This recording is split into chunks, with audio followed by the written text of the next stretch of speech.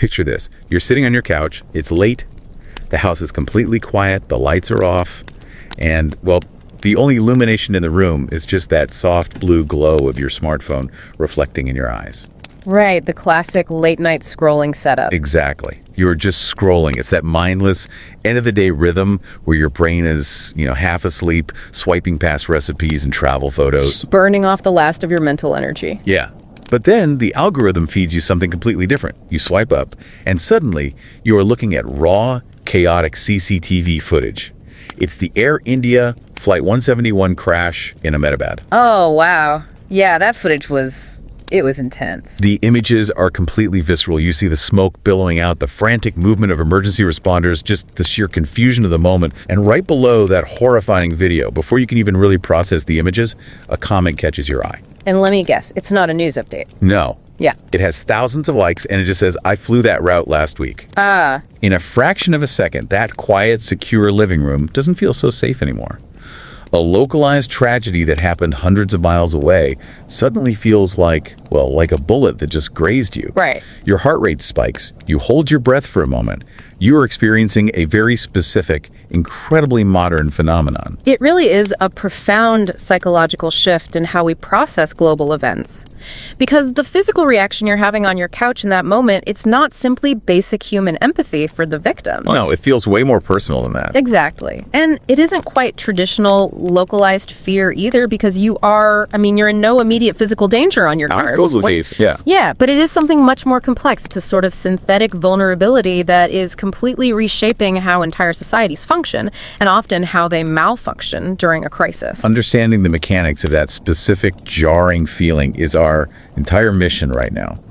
We're looking at a summary of an academic conference paper titled Scrolling Through Shock, Proximity Panic and Emerging Market Polycrisis. Which is such a striking title, honestly. It really is. The paper is authored by Mayuk Mukhopadhyay, who is an executive doctoral candidate at the Indian Institute of Management, Indore. And just for some context on the background of this research, because it's important, the paper was actually accepted for presentation at the Contemporary Issues in Emerging Markets Conference, which is referred to as CIMC 2.0. Right, that's in April 2026, correct? Yes, April 2026. And this conference is jointly hosted by the Indian Institute of Management Bodh Gaya and People's Friendship University of Russia, or RUDN. RUDN, got it. Yeah, RUDN is a public research university located in Moscow. It was founded back in 1960 and is really well known for its international community and its approach to interdisciplinary education. So if you are listening to this and you happen to be completely new to the world of academic research, or maybe you're just starting to map out your own research journey, you probably have a very specific image in your head of what a scholarly paper entails. Right, like scientists in lab coats. Exactly. You might picture behavioral scientists running double-blind experiments in a laboratory, or, economists crunching millions of rows of survey data to statistically prove a hypothesis. Which is very common, of course. It is, but a paper like this operates on a completely different frequency. It's a conceptual framework. My understanding is that a framework like this doesn't try to gather raw primary data or run lab rats through a maze. No, not at all. Instead, it looks at a massive, messy anchor event like that highly publicized Air India crash we just talked about, and it basically acts as a synthesizer. It's connecting the dots. Right. It pulls existing theories from psychology, sociology, and crisis management, and attempts to build a completely new lens for understanding human behavior. And I'd argue giving a complex, invisible problem a name and a structure is often the hardest part of research. Oh, absolutely. The author is essentially creating a new vocabulary for an ambient anxiety we all feel when we log online during a disaster, but haven't quite known how to articulate. And to really grasp this framework, we have to start with the environment it operates within, right? The paper sets the stage by analyzing what it calls the polycrisis. Yes. The polycrisis. It sounds like a dystopian movie title. It really does sound like sci-fi, but it's actually a very grounded description of our current reality, especially for anyone living in an emerging market today. Right, because things don't just happen in a vacuum anymore. Exactly. The idea is that disruptions are no longer polite enough to happen one at a time. They don't patiently wait for a society to recover before the next one hits. Yeah, it's just one thing after another. You have a climate shock, like an unprecedented flood, which immediately triggers a localized economic downturn. Which then strains the health infrastructure. Right, which is simultaneously battered by a hurricane of digital misinformation. It's a domino effect where every falling piece accelerates the next. The baseline stress level of the population is perpetually elevated. Just living in a constant state of hyper-alertness. Living in that tangled web of interconnected crises fundamentally alters human threat perception. And that brings us to the core shift this research isolates, which is the evolution of panic itself. Because panic used to be pretty straightforward, right? Yes. Historically, when disaster struck, human panic was highly predictable. The framework defines this older model as traditional panic. It is entirely procurement-centered. Okay, procurement-centered. I instantly think of the grocery store before a major winter storm hits. Oh, that's the perfect example. It's that frantic elbow-to-elbow rush to hoard toilet paper, just entirely clearing out the shelves of bottled water and non-perishable food. It's an instinctual physical survival response driven by a very real, tangible resource scarcity. Right. The uncertainty in traditional panic is physical. It's asking questions like, will I have enough food? Will my roof hold? The basics of survival. But the paper argues that our deeply networked digital age has birthed a secondary layer of panic that, frankly, doesn't care about your pantry supplies. It's bypassing the physical entirely. Exactly. The author calls this new phenomenon proximity panic. And the defining characteristic of proximity panic is that it is identity and meaning-centered rather than procurement-centered. So going back to that comment under the plane crash video, the "I flew that route last week" comment. Right. That person wasn't worried about running out of canned goods. They were suddenly forced to confront their own human mortality. In a very jarring way. Yeah. They were experiencing a perceived sense of personal vulnerability, even though they were safely on the ground. In their living room. Exactly. It's like we have transitioned from a society that hoards physical goods during a crisis to a society that compulsively hoards emotional bandwidth. That's a really great way to put it. And it logically brings up the question of how this transition actually, mechanically functions. Because it has to affect how things are run. Oh, absolutely. If a government is out in the real world trying to distribute emergency supplies, but millions of citizens are simultaneously having a digital existential crisis, the friction between those two realities is going to cause severe operational drag. It's like the system just seizes up. Yeah. To understand why, the framework deconstructs this proximity panic into 3 sequential mechanisms. Okay, let's pull those apart. The first mechanism is identified as relational insertion. Yes. Which feels like the technical term for the near-miss illusion we just talked about. That's exactly what it is. It is the act of an individual consciously or subconsciously forcing themselves into the narrative of a tragedy. Even when they have no real connection to it. Right. You weren't anywhere near the danger, but you symbolically insert yourself. You tweet things like, I could have been on that plane, or my best friend's sister lives near that airport. So we artificially inflate our own exposure to the event. And when millions of people artificially inflate their exposure, it generates an immediate, massive demand for institutional reassurance. Oh, I see. The public suddenly expects the government, the aviation authority, or the airline to instantly prove that the skies are perfectly safe, right this very second, to alleviate their phantom vulnerability. Because humans don't just sit in silence with that phantom vulnerability. When our anxiety spikes like that, we have an overwhelming urge to do something about it. We have to act on it. Which pushes us right into the second mechanism the paper outlines, which is performative digital mourning. Right, the visible reaction. Once we feel that forced proximity to a tragedy, we act on it publicly. We post the black squares, we share the raw footage with crying emojis, we write long, emotional tributes for strangers. And this creates what the paper terms an attention cascade. It's an emotional contagion that sweeps across the internet like a wildfire. And the psychology driving this attention cascade is fascinating to me because it goes far beyond a simple desire for social media likes. Oh, way beyond. The framework actually grounds this performative mourning in 2 very heavy psychological concepts. Okay, lay them on me. The first is terror management theory. I am familiar with this one, and it is a heavy hitter. It really is.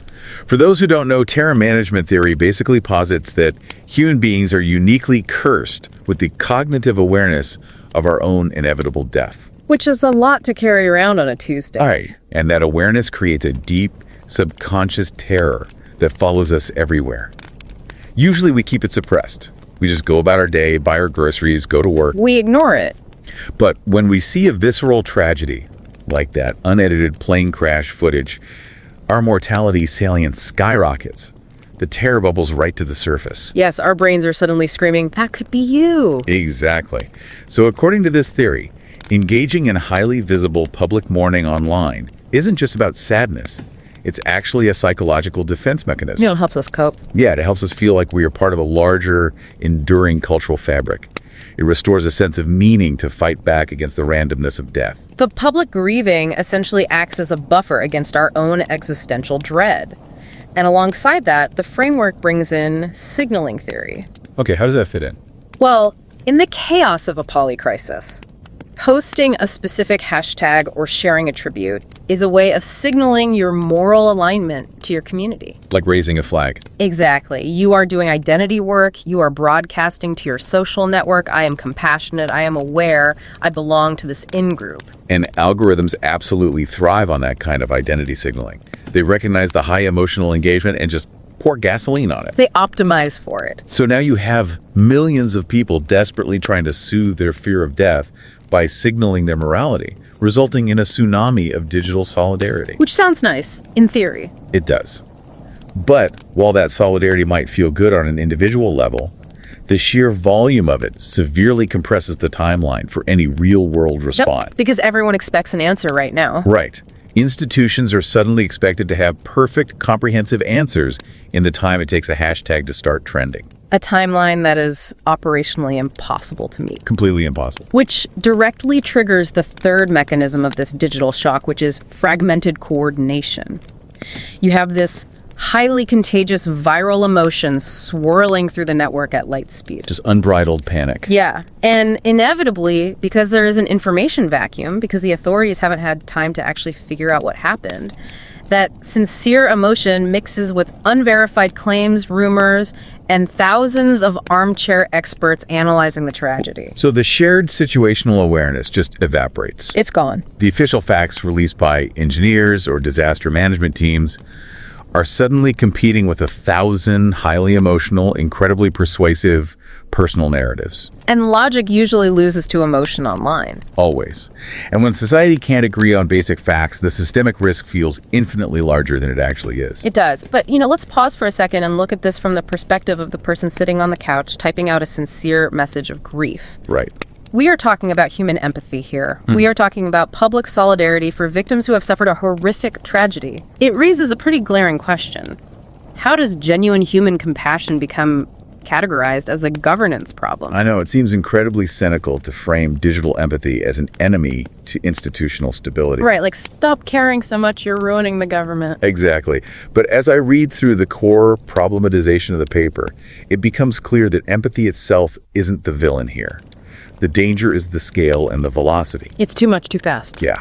When empathy scales up to millions of people simultaneously, all demanding instant relief from their proximity panic, it acts as a massive systemic distractor. That's a crucial term there, the systemic distractor. The paper visualizes this systemic distractor as a violent tug of war, a deep fracture within the governance of an emerging market. Okay, picture the rope. Yes, picture the rope.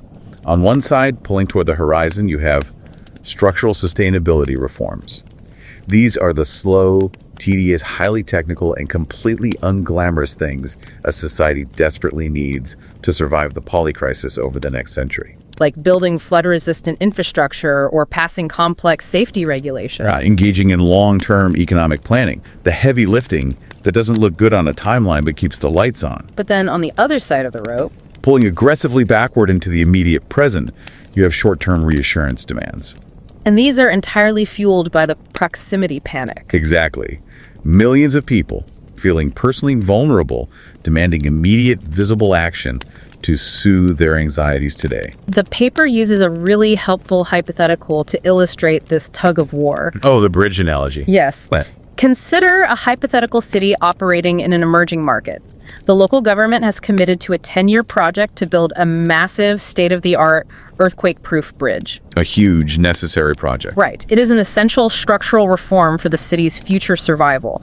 But one afternoon, a citizen takes a close-up video of a superficial, harmless crack in the current, older bridge. Yeah, the video goes viral. Instantly viral.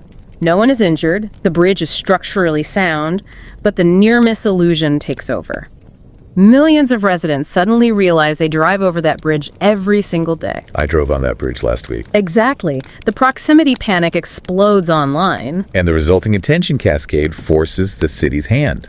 The institutions have to completely halt their long-term planning. They drop everything. They have to pull their engineers, their funding, and their communication teams away from building the bridge of the future just so they can frantically host press conferences and social media campaigns to reassure an emotionally activated public that the current bridge won't collapse by tomorrow. The resources meant for survival are entirely burned up managing the emotional panic of the present. The long-term consequence of that cycle is just devastating. It really is. Because institutions are forced to react to viral emotion rather than objective mathematical risk, their actual competence drops. Which means public distrust is amplified even further. It's a downward spiral. Coordination remains permanently fragmented, and policy continuity, the ability for a government to actually stick to a multi-year plan without abandoning it at the first sign of a trending topic, is completely derailed. It's a terrifying feedback loop. Yeah. The more intensely we engage with the news emotionally, the harder it is for the institutions to actually protect us in the physical world. Which is such a paradox. It really is. And this leads us right to the critical question of solutions. Because if this digital panic is a recurring socio-operational shock, what are the managerial and policy implications? How do the people running these emerging markets actually fix it?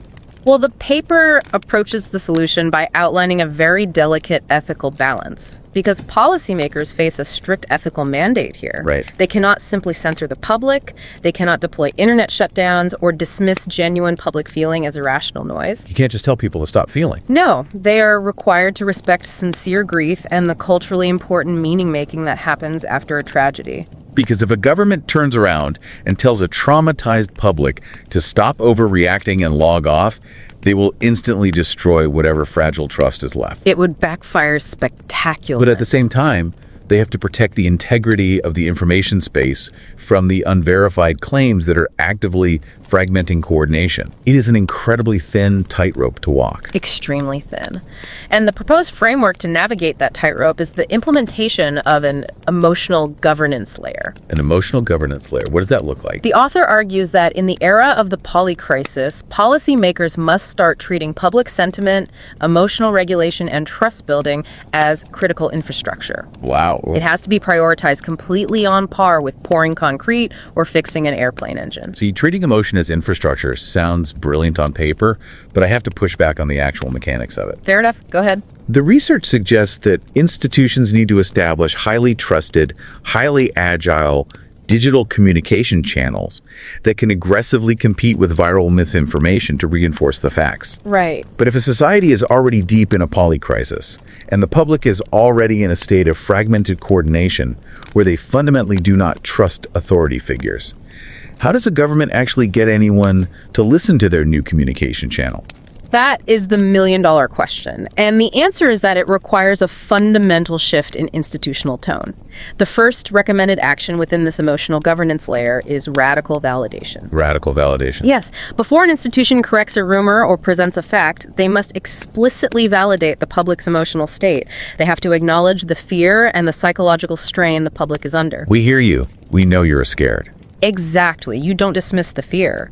Once the emotion is validated, the institution must deploy micro-communications, highly specific, transparent, and frequent updates that match the speed of the internet, rather than waiting 3 days to release a polished, bureaucratic press release. It really is a fascinating evolution of leadership. It changes the whole job description. A modern policymaker or disaster manager in an emerging market cannot afford to just be a bureaucrat or an engineer anymore. They have to simultaneously act as a massive-scale digital therapist. A digital therapist. I like that. Yeah, they had to fix the physical bridge while actively managing the psychological fallout of the crack. And the author makes a compelling case that mastering this dual role is directly tied to our global future. The research explicitly maps this concept of emotional governance to the United Nations Sustainable Development Goals, or the SDGs. Okay, tying social media panic to global sustainability goals is a huge leap. How does regulating digital emotion actually translate to sustainable development? It connects across 3 very specific goals. The first is SDG 9, which focuses on industry, innovation, and infrastructure. Okay. The author makes the point that in our current era, the definition of resilient infrastructure has to evolve. It must include trusted digital communication networks that are capable of absorbing and withstanding the shockwaves of proximity panic. Because if the network goes down... Right. If your digital infrastructure collapses under the weight of viral rumors, your physical infrastructure cannot be effectively deployed. That makes complete sense. Yeah. Your emergency response vehicles don't know where to go because the communication grid is jammed with panic. Exactly. It also heavily impacts SDG 11, sustainable cities and communities. Urban populations in emerging markets are growing denser and far more digitally connected. So the panic spreads faster. Yes. Protecting those communities means enhancing their socio-technical resilience. You have to design city responses that survive informational disasters, not just physical storms. And finally, the framework connects to SDG 16, peace, justice, and strong institutions. You simply cannot build an effective, accountable, and transparent institution if it is constantly being derailed, distracted, and delegitimized by digital panic. The research really paints a comprehensive picture. What happens on our phones isn't just a quirky behavioral trend. Proximity panic is a recurring systemic shock. It is a core feature of the modern environment. It is a fundamental feature of the polycrisis. And institutions must integrate emotional governance with their technical reforms if they want to achieve any kind of sustainable growth.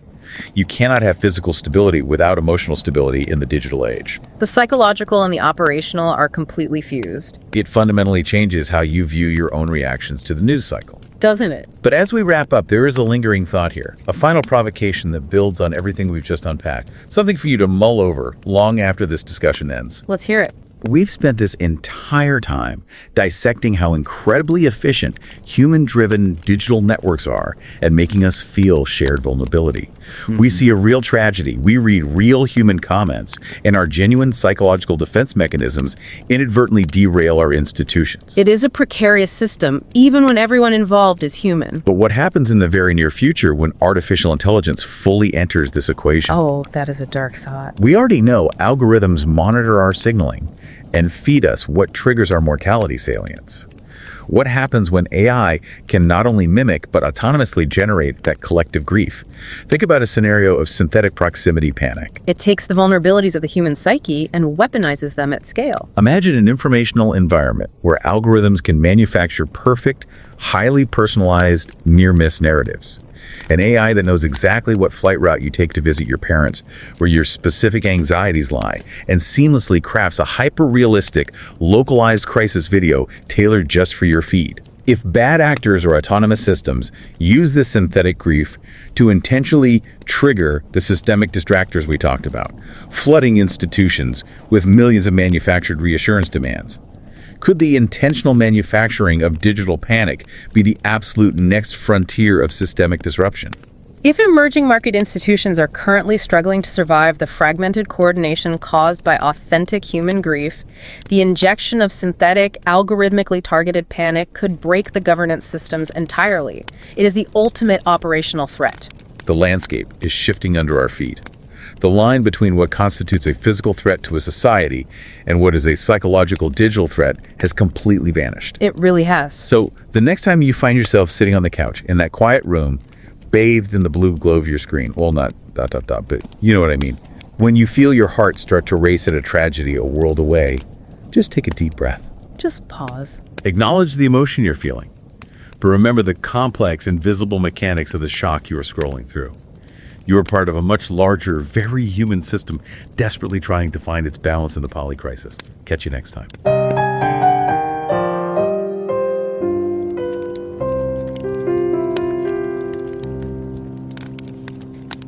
রাতের চারপাশটা যখন একদম নিস্তব্ধ হয়ে আসে আর হাতের মুঠোয় থাকা স্মার্টফোনের নীল আলোয় আনমনে সোশ্যাল মিডিয়া স্ক্রল করা চলতে থাকে, তখন আমাদের মন কিন্তু একটা অদ্ভুত ঘোরের মধ্যে থাকে। হ্যাঁ, ঠিক বলেছেন। সারা দিনের ক্লান্তি নিয়ে আমরা হয়তো জাস্ট এমনি স্ক্রল করছি। একদম। একের পর এক মিম, বন্ধুদের ছুটির ছবি আর দৈনন্দিন খবরের মাঝে হঠাৎ করেই স্ক্রিনে ভেসে ওঠে একটা ব্রেকিং নিউজ। ধরুন, আহমেদাবাদে এয়ার ইন্ডিয়া ফ্লাইট 171-এর মর্মান্তিক দুর্ঘটনা। আর নিউজ ফিডে তো এখন সাথে সাথেই ভিডিও চলে আসে। রাইট, দাউ দাউ করে জ্বলছে আগুনের শিখা, আর তার সাথে হয়তো জুড়ে দেওয়া হয়েছে সিসিটিভি ফুটেজ বা লাইভ ভিডিও। খবরটা পড়ার সাথে সাথে মনের ভেতর প্রথম যে অনুভূতির জন্ম নেয় সেটা কিন্তু শুধুই মৃতদের জন্য দুঃখ বা সমবেদনা নয়, মানে একটা তীব্র আতঙ্কও কাজ করে তখন। রাইট, শিরদাঁড়া বেয়ে নেমে যায় একটা অদ্ভুত হিমশীতল ভয়। অবচেতন মন তখন প্রায় আর্তনাদ করে ওঠে এই ভেবে যে গত সপ্তাহেই তো ঠিক ওই রুটে বিমানে যাতায়াত করা হয়েছে। এই যে দূরের কোনো ট্র্যাজেডিকে সম্পূর্ণ নিজের বলে মনে করার প্রবণতা, ডিজিটাল যুগে এটি একটি অত্যন্ত জটিল রূপ ধারণ করেছে।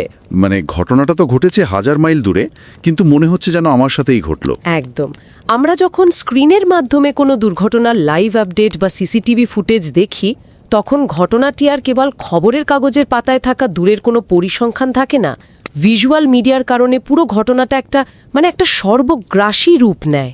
চোখের সামনে দেখার কারণে প্রভাবটা বেশি হয়। ঠিক, মানুষের মস্তিষ্কের যে অংশটি ভয় বা শঙ্কা নিয়ন্ত্রণ করে, সেটি তখন এই ভৌগোলিক দূরত্বকে আর আলাদা করতে পারে না।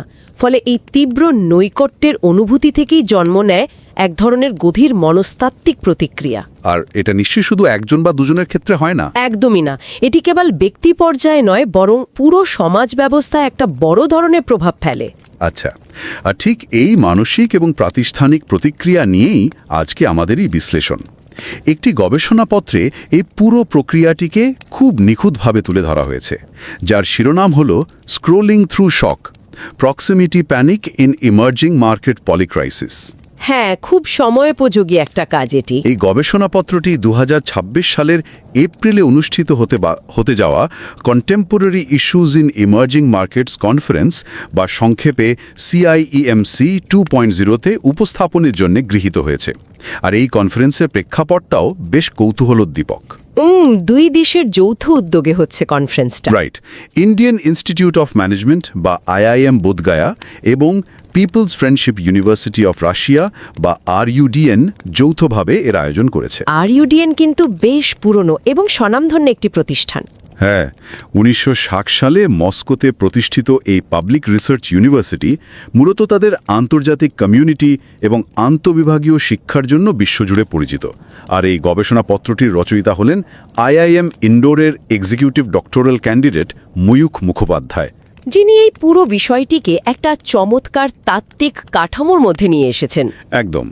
যারা মাত্রই গবেষণার জগতে পা রাখতে চলেছেন বা ভাবছেন কিভাবে চারপাশের ঘটনাগুলোকে তাত্ত্বিক দৃষ্টিকোণ থেকে ব্যাখ্যা করা যায়, তাদের জন্য এই গবেষণার মূল ধারণাগুলো অত্যন্ত সহায়ক হতে পারে। বিশেষ করে যেভাবে পুরো বিষয়টাকে সহজ করে বোঝানো হয়েছে। ঠিক, তাই কোনো ধরনের জটিল পরিভাষা ছাড়াই খুব শান্তভাবে এর পেছনের কারণগুলো উদ্ঘাটন করাই আজকের মূল উদ্দেশ্য। তো গবেষণার একদম গভীরে যাওয়ার আগে এই যে আতঙ্কের কথা বলা হচ্ছে, এর প্রকৃতিটা বোঝা বোধহয় খুব জরুরি। হ্যাঁ, কারণ আতঙ্ক বা প্যানিক বলতে আমরা সাধারণত যা বুঝি, এই পেপারে তাকে প্রথাগত প্যানিক হিসেবে আখ্যায়িত করা হয়েছে। বিলোর এবং আনিসিমোভার 2021 সালের একটি গবেষণার সূত্র ধরে বলা যায়, এই প্রথাগত প্যানিক মূলত বেঁচে থাকার রসদ বা সম্পদের সাথে যুক্ত।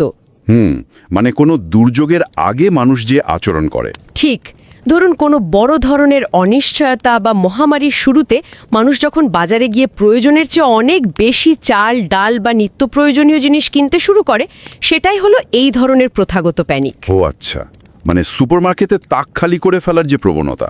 একদম তাই। কিন্তু এই বর্তমান গবেষণাপত্রে যে প্রক্সিমিটি প্যানিকের কথা বলা হয়েছে, তার মূল চরিত্রটি একেবারেই ভিন্ন এবং অনেক বেশি মনস্তাত্ত্বিক। তার মানে এখানে রসদ জোগাড় করার কোনো ব্যাপার নেই? না, এটি বেঁচে থাকার রসদ খোঁজার সাথে সম্পর্কিত নয়, বরং এটি নিজের পরিচয় এবং বেঁচে থাকার অর্থ খোঁজার সাথে সম্পর্কিত। মানুষ যখন হঠাৎ করে অনুভব করে যে জীবন কতটা ঠুনকো, মানে হঠাৎ করে মৃত্যুর কথা মনে পড়ে যাওয়া। নিজের মরণশীলতা সম্পর্কে যখন কেউ তীব্রভাবে সচেতন হয়ে ওঠে, ঠিক তখনই এই প্রক্সিমিটি প্যানিক কাজ করা শুরু করে। তার মানে এখানে মূল পার্থক্যটা হচ্ছে সার্ভাইভাল ভার্সেস আইডেন্টিটি, বা বেঁচে থাকা বনাম পরিচয়ের সংকট। বিষয়টা যদি একটু বাস্তব জীবনের প্রেক্ষাপটে চিন্তা করি, তাহলে পার্থক্যটা বোধহয় আরও স্পষ্ট হয়। হ্যাঁ, একটা উদাহরণ দিলে বুঝতে সুবিধা হবে। ধরুন আবহাওয়ার খবরে বলা হলো যে কাল মারাত্মক ঘূর্ণিঝড় আঘাত হানতে পারে। এই খবর শুনে মানুষ যখন আতঙ্কে বাজারে গিয়ে সব কেনাকাটা করে ফেলে, সেটা হলো প্রথাগত প্যানিক। কারণ সেখানে সে তার রসদ নিশ্চিত করতে চাইছে। ঠিক, কিন্তু অন্যদিকে যখন হাজার মাইল দূরের কোনো শহরে বজ্রপাতে মৃত্যুর খবর শুনে মানুষ নিজের অস্তিত্ব নিয়ে শঙ্কিত হয়ে পড়ে, নিজের জীবনে দুর্বলতা অনুভব করে এবং সাথে সাথে সোশ্যাল মিডিয়ায় সমবেদনা জানাতে শুরু করে, তখন সেটা সম্পূর্ণ ভিন্ন একটা মাত্রা পায়। একদম সঠিক উপমা। আর এই দ্বিতীয় দৃশ্যপটটি হলো প্রক্সিমিটি প্যানিক। তাহলে এই মানসিক প্রক্রিয়াটি আসলে কিভাবে কাজ করে? এর পেছনে কি কোনো প্রতিষ্ঠিত মনস্তাত্ত্বিক তত্ত্ব আছে? হ্যাঁ, এর একটি চমৎকার তাত্ত্বিক ভিত্তি দেওয়া হয়েছে সলোমনের 2020 সালের টেরর ম্যানেজমেন্ট থিওরিতে। Terror management theory? নামটা তো বেশ ভারী মনে হচ্ছে। নামটা ভারী হলেও বিষয়টা খুব প্রাসঙ্গিক। এই তত্ত্ব অনুযায়ী মৃত্যু ভয় মানুষকে অবচেতনভাবে ভীষণ উদ্বিগ্ন করে তোলে। মানুষ স্বাভাবিকভাবে নিজের মৃত্যুর কথা ভাবতে চায় না। তা তো বটেই, কেউ কি আর নিজের মৃত্যু নিয়ে ভাবতে চায়? ঠিক, কিন্তু যখন কোনো মর্মান্তিক দুর্ঘটনার খবর চোখের সামনে ভেসে ওঠে, তখন সেই ভাবনাটাকে আর দূরে সরিয়ে রাখা যায় না। নিজের মরণশীলতা সম্পর্কে সচেতন হওয়ার পর সেই প্রবল উদ্বেগ কাটানোর জন্য মানুষের মস্তিষ্ক একটা প্রতিরক্ষামূলক ব্যবস্থা খোঁজে, মানে একটা ডিফেন্স মেকানিজম। হ্যাঁ, আর বর্তমান ডিজিটাল যুগে সেই স্বস্তির জায়গাটা হলো সম্মিলিত শোক প্রকাশ।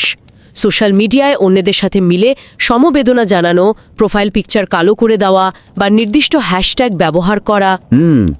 এগুলো তাহলে শুধুই শোক প্রকাশ নয়? না, এগুলো আসলে এক ধরনের যৌথ মূল্যবোধ তৈরি করে। মানুষ বোঝাতে চায় যে সে একটি বৃহত্তর গোষ্ঠীর অংশ, আর এই গোষ্ঠীবদ্ধতার অনুভূতি তাকে মৃত্যু ভয় থেকে সাময়িক স্বস্তি বা সান্ত্বনা এনে দেয়। দারুণ একটা ব্যাপার উঠে এসেছে এখানে। কিন্তু এই জায়গায় এসে গবেষণার পদ্ধতিগত দিক নিয়ে আমার একটা খুব স্বাভাবিক প্রশ্ন তৈরি হচ্ছে। হ্যাঁ, বলুন। যখন কোনো সমাজে এমন একটা মানসিক অস্থিরতা চলছে, তখন সেটা মাপা বা গবেষণা করা তো প্রায় অসম্ভব একটা ব্যাপার। সাধারণত কোনো বিষয়ের গভীরে যাওয়ার জন্য গবেষকদের হাজার হাজার মানুষের কাছে যেতে হয়, সার্ভে করতে হয়। ফিল্ড ডেটা সংগ্রহের কথা বলছেন। হ্যাঁ, কিন্তু একটা চলমান সংকট বা দুর্ঘটনার ঠিক পরপরই তো আর মানুষের কাছে গিয়ে ফর্ম পূরণ করানো সম্ভব নয়। তাহলে এই জটিল মনস্তাত্ত্বিক বিষয়টিকে গবেষণার কাঠামোতে আনা হলো কিভাবে? পদ্ধতিগত দিক থেকে চিন্তা করলে এটা সত্যি একটি অভাবনীয় চ্যালেঞ্জ, এবং এই গবেষণাপত্রটি ঠিক এই জায়গাতে নতুন গবেষকদের জন্য একটি মাইল ফলক হতে পারে। তাই নাকি? সেটা কিভাবে? কারণ এখানে কোনো প্রথাগত নিয়মে মানুষের দাঁড়ে দাঁড়ে ঘুরে নতুন করে ফিল্ড ডেটা সংগ্রহ করা হয়নি, বরং এখানে যে পদ্ধতিটি ব্যবহার করা হয়েছে তাকে বলা হয় থিওরিটিক্যাল সিনথেসিস। থিওরিটিক্যাল সিনথেসিস মানে বিভিন্ন তাত্ত্বিক ধারণার সমন্বয়? একদম তাই। গবেষক এয়ার ইন্ডিয়া ফ্লাইট 171-এর দুর্ঘটনাটিকে শুধুমাত্র একটি কনটেক্সচুয়াল অ্যাঙ্কার বা মূল ভিত্তি হিসেবে গ্রহণ করেছেন। এরপর সেই একটি মাত্র ঘটনাকে কেন্দ্র করে সম্পূর্ণ আলাদা আলাদা শাস্ত্রের বিদ্যমান তত্ত্বগুলোকে এক সুতোয় গেঁথেছেন। ও আচ্ছা, তার মানে নতুন ডেটার জন্য অপেক্ষা করতে হয়নি? না, আমাদের চারপাশে ছড়িয়ে থাকা তথ্য এবং প্রতিষ্ঠিত তত্ত্বগুলোকে যদি সঠিক লেন্সের মাধ্যমে দেখা যায়, তবে তা দিয়েও সম্পূর্ণ নতুন একটি প্রাতিষ্ঠানিক সমাধান বা দৃষ্টিকোণ তৈরি করা সম্ভব। এটি তো অনেকটা একজন গোয়েন্দা বা তাত্ত্বিক পদার্থবিদের মতো কাজ করা। ল্যাবরেটরিতে নতুন করে পরীক্ষা না চালিয়েও শুধুমাত্র পারিপার্শ্বিক সূত্র বিশ্লেষণ করে নতুন কিছু প্রমাণ করার মতো। চমৎকার বলেছেন। এটি থিওরিটিক্যাল রিসার্চের একটা বড় শক্তি। যারা সবসময় ডেটা কালেকশন নিয়ে চিন্তায় থাকেন বা মনে করেন পর্যাপ্ত ফান্ডিং ছাড়া বড় গবেষণা সম্ভব নয়, তাদের জন্য এটি একটি দারুণ অনুপ্রেরণা। তবে এই তাত্ত্বিক বিশ্লেষণের প্রেক্ষাপট হিসেবে যে পরিবেশের কথা বলা হয়েছে, তার তীব্রতাও তো কম নয়। একদমই না। এই বিশ্লেষণের প্রেক্ষাপট হিসেবে লরেন্স এবং অন্যান্যদের 2024 সালের একটি গবেষণার সূত্র ধরে পলিক্রাইসিস বা বহুমাত্রিক সংকটের কথা বলা হয়েছে। পলিক্রাইসিস বিষয়টা যদি একটু সহজ করে বুঝিয়ে বলতেন। পলিক্রাইসিস কোনো সাধারণ বা একক সংকট নয়, এটি হলো এমন এক জটিল পরিস্থিতি যেখানে জলবায়ু পরিবর্তন, অর্থনৈতিক অস্থিরশীলতা, স্বাস্থ্য সংকট এবং তথ্যের বিপর্যয় এই সব কিছু একসাথে মিলে পরিস্থিতিকে আরও জটিল করে তোলে। মানে যখন চারপাশ থেকে একসাথে বিপদ ধেয়ে আসে। ঠিক, আর বিশেষ করে ইমার্জিং মার্কেট বা উদীয়মান অর্থনীতির দেশগুলোতে এই পলিক্রাইসিসের প্রভাব সবচেয়ে বেশি এবং ভয়ঙ্কর। এর কারণ কি প্রাতিষ্ঠানিক দুর্বলতা? হ্যাঁ, কারণ এই দেশগুলোতে প্রাতিষ্ঠানিক কাঠামো আগে থেকেই কিছুটা ভঙ্গুর থাকে। ধরুন একটা দেশ হয়তো তীব্র মূল্যস্ফীতির সাথে লড়াই করছে, ঠিক সেই সময়ে সেখানে একটি বড় প্রাকৃতিক দুর্যোগ আঘাত হলো। আর তার সাথে সোশ্যাল মিডিয়ার গুজবটাও যোগ হলো। একদম, এই তিনটি জিনিস যখন একসাথে কাজ করে তখন মানুষের মানসিক চাপ এবং প্রতিষ্ঠানের উপর নির্ভরশীলতা চরম সীমায় পৌঁছায়। বুঝতে পারছি। তো এই পলিক্রাইসিসের পটভূমিতে সাধারণ মানুষের মন থেকে শুরু করে পুরো সমাজ ব্যবস্থায় প্রক্সিমিটি প্যানিক ঠিক কিভাবে ধাপে ধাপে ছড়িয়ে পড়ে তার একটা পরিষ্কার মেকানিজম তো নিশ্চয়ই আছে। হ্যাঁ, কারণ এটি তো আর রাতারাতি ঘটে না, এর পেছনে একটা শৃঙ্খল বিক্রিয়া কাজ করে। গবেষণাপত্রে ঠিক এই প্রক্রিয়াটিকে তিনটি মূল মেকানিজমের মাধ্যমে ব্যাখ্যা করা হয়েছে। আচ্ছা, প্রথম মেকানিজমটা তাহলে কি? এর প্রথম ধাপটি হল রিলেশনাল ইনসারশন। খুব সহজ ভাষায় বলতে গেলে মানুষ অবচেতনভাবেই নিজেকে ওই ট্র্যাজেডিতে বা দুর্ঘটনার খুব কাছাকাছি স্থাপন করে ফেলে। ওই যে একদম শুরুতে আমরা বলছিলাম গত সপ্তাহে তো ওই রুটে যাতায়াত করা হয়েছে, এটাই কি রিলেশনাল ইনসারশন? একদম ঠিক ধরেছেন। ভৌগোলিক দূরত্ব এখানে কোনো অর্থ বহন করে না। ইমোশনাল বা আবেগীয় দূরত্বটা একেবারে শূন্যের কোঠায় নেমে আসে। মানুষের তখন মনে হতে থাকে যে সে নিজেও তো মারাত্মক ঝুঁকির মধ্যে আছে। হ্যাঁ, আর এই অনুভূতির কারণেই সাধারণ মানুষ তখন রাষ্ট্রের বা সংশ্লিষ্ট প্রতিষ্ঠানের কাছে অত্যন্ত দ্রুত এবং দৃশ্যমান নিরাপত্তার আশ্বাস দাবি করতে শুরু করে। বিষয়টা অনেকটা এমন দাঁড়াচ্ছে যে দুর্ঘটনাটি সরাসরি নিজের সাথে না ঘটলেও কল্পনা করে নেওয়া হচ্ছে যে অল্পের জন্য বেঁচে যাওয়া গেছে। ঠিক, এই নিয়ার মিস বা অল্পের জন্য রক্ষা পাওয়ার অনুভূতি মানুষের মনে একটা প্রচণ্ড অস্থিরতা তৈরি করে। এরপর স্বাভাবিকভাবেই মানুষ সেই অস্থিরতা কমানোর জন্য ডিজিটাল দুনিয়ায় প্রবেশ করে। এই দ্বিতীয় ধাপটিতেই বোধহয় সোশ্যাল মিডিয়ার অ্যালগরিদমগুলো সবচেয়ে বড় ভূমিকা পালন করে, তাই না? হ্যাঁ, আর এই দ্বিতীয় ধাপটার নাম দেয়া হয়েছে পারফরমেটিভ ডিজিটাল মর্নিং। পারফরমেটিভ ডিজিটাল মর্নিং, এটা সিগন্যালিং থিওরির সাথে কিভাবে যুক্ত? সিগন্যালিং থিওরির আলোকে যদি এটিকে বিশ্লেষণ করা যায় তবে দেখা যাবে সোশ্যাল মিডিয়ায় ডিজিটাল শোক পালন করা বা নির্দিষ্ট হ্যাশট্যাগ ট্রেন্ড করা আসলে নিছক শোক নয়। তাহলে এটা কি? এটি হলো এক ধরনের সংহতি তৈরি করার প্রবল চেষ্টা। মানুষ ডিজিটাল মাধ্যমে অন্যদের কাছে সিগন্যাল বা বার্তা পাঠাতে চায় যে আমিও এই বৃহত্তর গোষ্ঠীর অংশ, আমি তোমাদের সমব্যথী। কিন্তু এতে সমস্যাটা কোথায় তৈরি হয়? সমস্যাটা তৈরি হয় সোশ্যাল মিডিয়ার অ্যালগোরিদমের কারণে। এগুলো মূলত তৈরি হয়েছে আবেগকে পুঁজি করে এনগেজমেন্ট বাড়ানোর জন্য। ও আচ্ছা, মানে মানুষ যত রিয়্যাক্ট করবে তত বেশি ছড়াবে। ঠিক, ফলে আবেগের এত দ্রুত বিস্তার ঘটে যে পুরো দেশের বা সমাজের মনোযোগ মুহূর্তের মধ্যে ওই একটি ঘটনার দিকে কেন্দ্রীভূত হয়ে পড়ে। এতে তো প্রাতিষ্ঠানিক স্তরে একটা বড় ধাক্কা লাগার কথা। মারাত্মক ধাক্কা লাগে। কর্তৃপক্ষকে আসল ঘটনা বুঝে সিদ্ধান্ত নেওয়ার জন্য যে স্বাভাবিক সময়ের প্রয়োজন হয় তা মারাত্মকভাবে সংকুচিত হয়ে আসে। কারণ সবাই তো তখন সাথে সাথে উত্তর বা সমাধান চাইছে। এই যে সবাই একসাথে সোশ্যাল মিডিয়ায় সমবেদনা জানাচ্ছে, নিজেদের মতামত দিচ্ছে, এই অতিরিক্ত আবেগের ঢল তো একটা সময় তথ্যের স্বাভাবিক প্রবাহকেই বাধাগ্রস্ত করবে। একদম সঠিক জায়গাটি চিহ্নিত করেছেন। আর এটি হলো তৃতীয় মেকানিজম। ও আচ্ছা, তৃতীয় ধাপের নাম কি? ওলবার্স এবং অন্যান্যদের 2018 সালের গবেষণার সূত্র ধরে একে বলা হয়েছে ফ্র্যাগমেন্টেড কোঅর্ডিনেশন। ফ্র্যাগমেন্টেড কোঅর্ডিনেশন, তার মানে সমন্বয়ের অভাব। হ্যাঁ, যখন এই তীব্র আবেগ এবং যাচাই না করা গুজব একসাথে সোশ্যাল মিডিয়ায় ভাইরালের মতো ছড়াতে থাকে তখন তথ্যের একটা বিশৃঙ্খল ইকোসিস্টেম তৈরি হয়। অসংখ্য মানুষ একসাথে নিজেদের মতো করে তথ্য দেওয়া শুরু করে। তখন তো আসল কর্তৃপক্ষের জরুরি কথা শোনাই যাবে না। ঠিক তাই, আসল বা দায়িত্বপ্রাপ্ত কর্তৃপক্ষের দেওয়া আনুষ্ঠানিক তথ্যের সাথে সাধারণ মানুষের ছড়ানো আবেগময় তথ্যের একটা সাংঘর্ষিক পরিস্থিতি তৈরি হয়। ফলে পুরো ক্রাইসিস ম্যানেজমেন্ট ব্যবস্থায় একটা বিশাল ফাটল ধরে।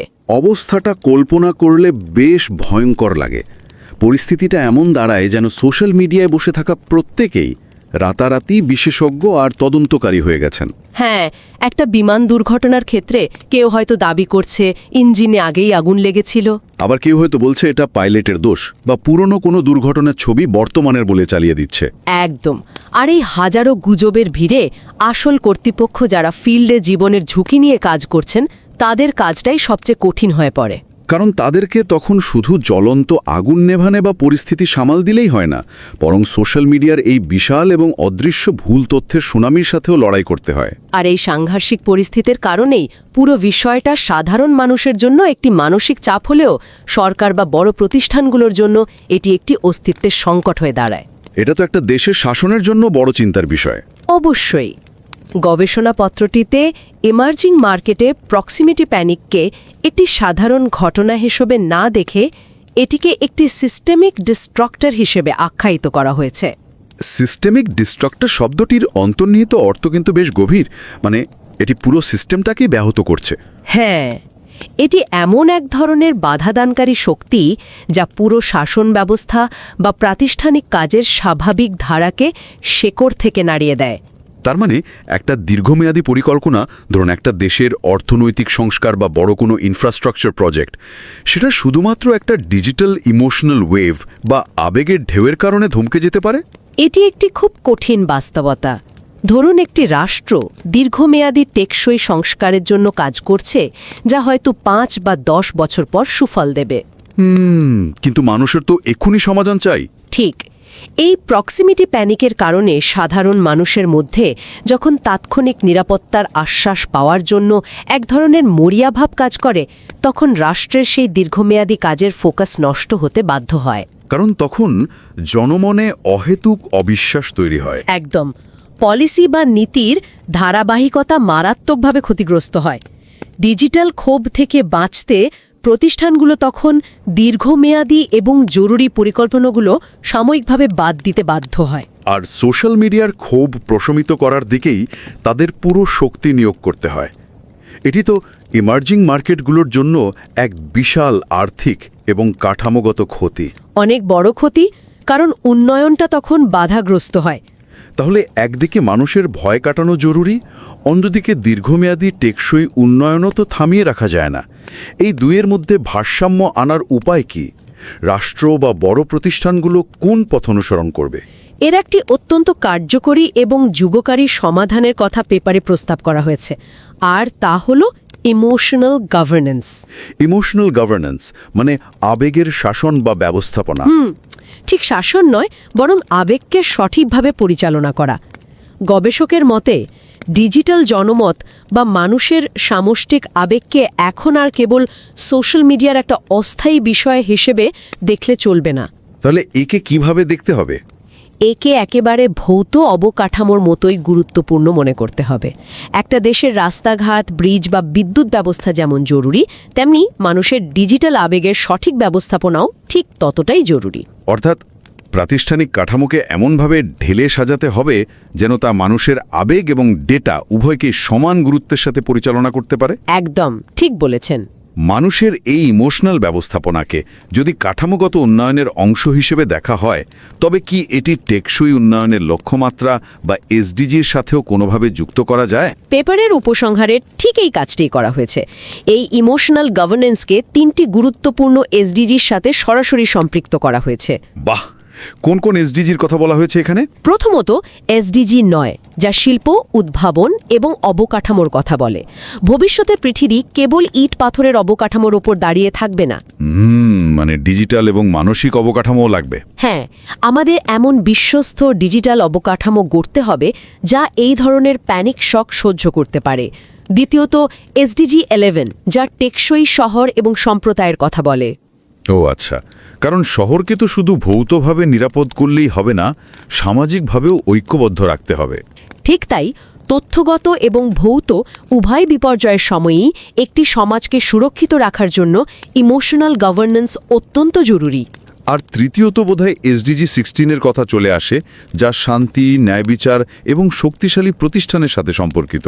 একদম ঠিক ধরেছেন, কারণ আমরা একটু আগেই আলোচনা করছিলাম যে কিভাবে গুজব এবং ভুল তথ্যের কারণে প্রতিষ্ঠান এবং সাধারণ মানুষের মাঝে সমন্বয়ের ফাটল তৈরি হয়। মানুষের যদি প্রতিষ্ঠানের উপর আস্থাই না থাকে, তবে কোনো সমাজেই তো শান্তি বা ন্যায় বিচার প্রতিষ্ঠা করা সম্ভব নয়। ঠিক এই কারণেই SDG 16 এত গুরুত্বপূর্ণ।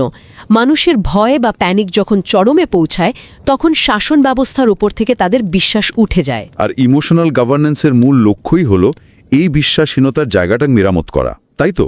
হ্যাঁ, মেরামত করে কার্যকর, স্বচ্ছ এবং জবাবদিহিমূলক প্রতিষ্ঠান গড়ে তোলা। দারুণ একটা কনসেপ্ট। তবে এই পুরো আলোচনাটার সমাধানের দিকে এগোলেও আমার মনে এখানে একটা সূক্ষ্ম নৈতিক দ্বন্দ্বের জায়গা তৈরি হচ্ছে। কি ধরনের নৈতিক দ্বন্দ্ব? ধরুন, সোশ্যাল মিডিয়ায় মানুষের শোক প্রকাশকে নিয়ন্ত্রণ করা বা ম্যানেজ করা কি নৈতিকভাবে সঠিক? মানে একটা দুর্ঘটনার পর মানুষ তো সত্যি ভয় পায় বা আপনজন হারানোর কষ্ট অনুভব করে। হ্যাঁ, শোকটা তো তাদের জন্য খুবই বাস্তব। সেই অকৃত্রিম আবেগকে নিয়ন্ত্রণ করতে যাওয়া মানে কি প্রকারান্তরে মানুষের বাক স্বাধীনতায় বা আবেগ প্রকাশের স্বাধীনতা হস্তক্ষেপ করা নয়? এই নৈতিকতার দিকটি সত্যি অত্যন্ত স্পর্শকাতর, এবং গবেষক নিজেও বিষয়টি খুব সতর্কতার সাথে বিশ্লেষণ করেছেন। এখানে কিন্তু মানুষের আবেগ দমিয়ে রাখার কথা বলা হয়নি। তাহলে কি একটা ব্যালেন্স বা ভারসাম্য বজায় রাখার কথা বলা হয়েছে? একদম তাই। একদিকে মানুষের অকৃত্রিম শোককে অবশ্যই সম্মান জানাতে হবে, কারণ সাংস্কৃতিকভাবে এই শোক পালন এবং সমবেদনা জানানোর একটা গভীর সামাজিক গুরুত্ব আছে। কিন্তু অন্যদিকে তথ্যের সত্যতা বজায় রাখার বিষয়টা তো আছেই। ঠিক, তথ্যের সত্যতা বজায় রাখার জন্য ক্ষতিকারক গুজব বা ডিজিটাল ম্যানিপুলেশন রোধ করতে হবে। অর্থাৎ মানুষের আবেগ প্রকাশে কোনো বাধা দেওয়া যাবে না। কিন্তু সেই তীব্র আবেগকে পুঁজি করে কেউ যেন ভুল তথ্য ছড়িয়ে ফায়দা লুটতে না পারে, সেদিকে নজর রাখতে হবে। একদম। সমাজে যেন কেউ ইচ্ছে করে অস্থিরতা তৈরি করতে না পারে, সেদিকে কঠোর নজর রাখতে হবে। কিন্তু কর্তৃপক্ষ যদি এসে সরাসরি সাধারণ মানুষকে বলে দেয় যে আপনারা অযথা ভয় পাচ্ছেন, এগুলো সব গুজব বা সোশ্যাল মিডিয়ার বাড়াবাড়ি, তাহলে তো হিতে বিপরীত হওয়ার আশঙ্কা থেকে যায়। হ্যাঁ, মানুষের ক্ষোভ এতে আরও বহুগুণ বেড়ে যেতে পারে। কারণ তখন তো মানুষের মনে হবে যে কর্তৃপক্ষ তাদের আবেগকে তাচ্ছিল্য করছে। মানুষের ভীতিকে তাচ্ছিল্য করাটা হবে সবচেয়ে বড় প্রাতিষ্ঠানিক ভুল। আর এখানেই পেপারের ম্যানেজেরিয়াল ইমপ্লিকেশন বা প্রাতিষ্ঠানিক প্রয়োগের বিষয়টি স্পষ্ট করা হয়েছে।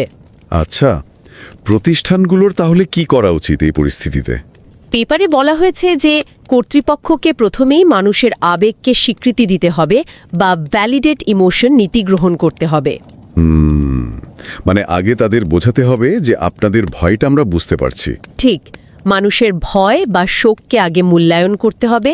যখন মানুষ বুঝতে পারে যে তাদের কথা শোনা হচ্ছে, তখন তাদের ক্ষোভের তীব্রতা এমনিতে কিছুটা কমে আসে। এরপর তাহলে কি করতে হবে? এরপর সেই তৈরি হওয়া বিশ্বস্ততার জায়গা থেকে সঠিক তথ্য বা রিইনফোর্সড ফ্যাক্টস মানুষের কাছে পৌঁছে দিতে হবে।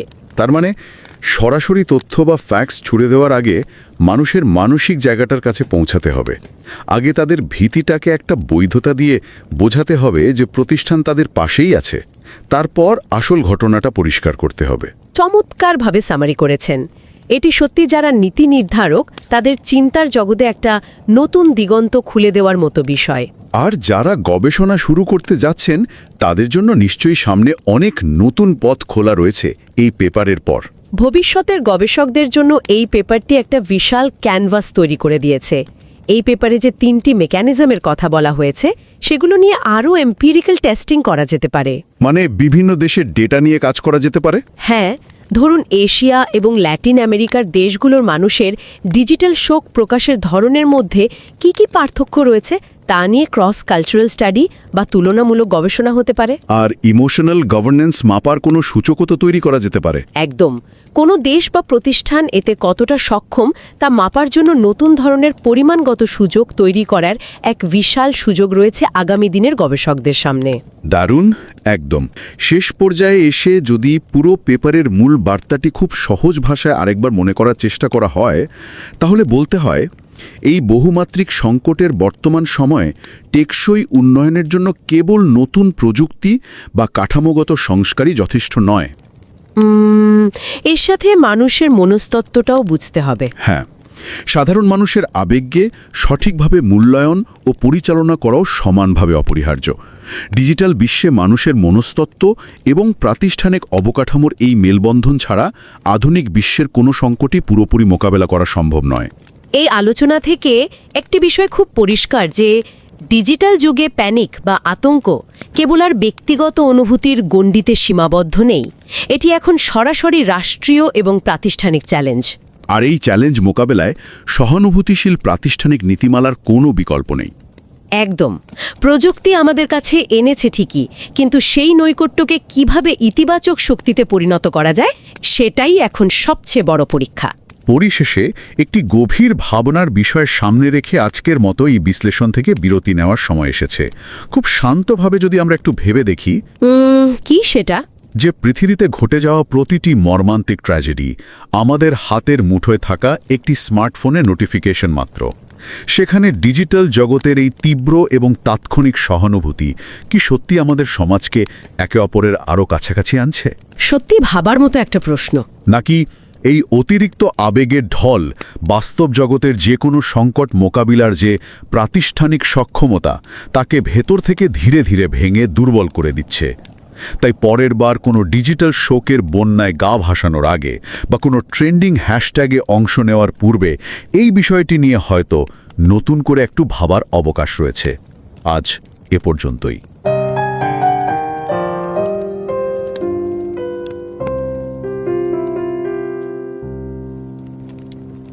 दिन भर की थकान के बाद जब कोई व्यक्ति अपने लिविंग रूम में आराम से बैठा हो और हाथ में बस फ़ोन हो, तो अक्सर उंगलियां यूं ही सोशल मीडिया पर स्क्रॉल करने लगती हैं और तभी स्क्रीन पर अचानक एक ब्रेकिंग न्यूज़ चमकती है।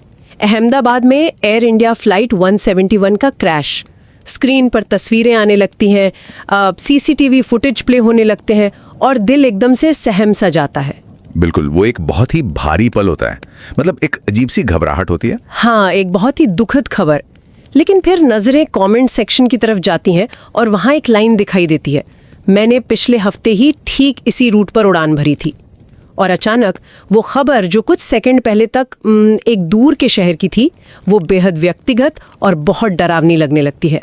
जो डर सिर्फ एक सूचना था, वो अब खुद की धड़कन बन जाता है। और देखिए, ये जो डिजिटल सहानुभूति का अनुभव है ना, जहाँ किसी अजनबी के सदमे को बिल्कुल अपना समझ लिया जाता है, ये आज के समय का एक बहुत ही जटिल मनोवैज्ञानिक सच बन चुका है।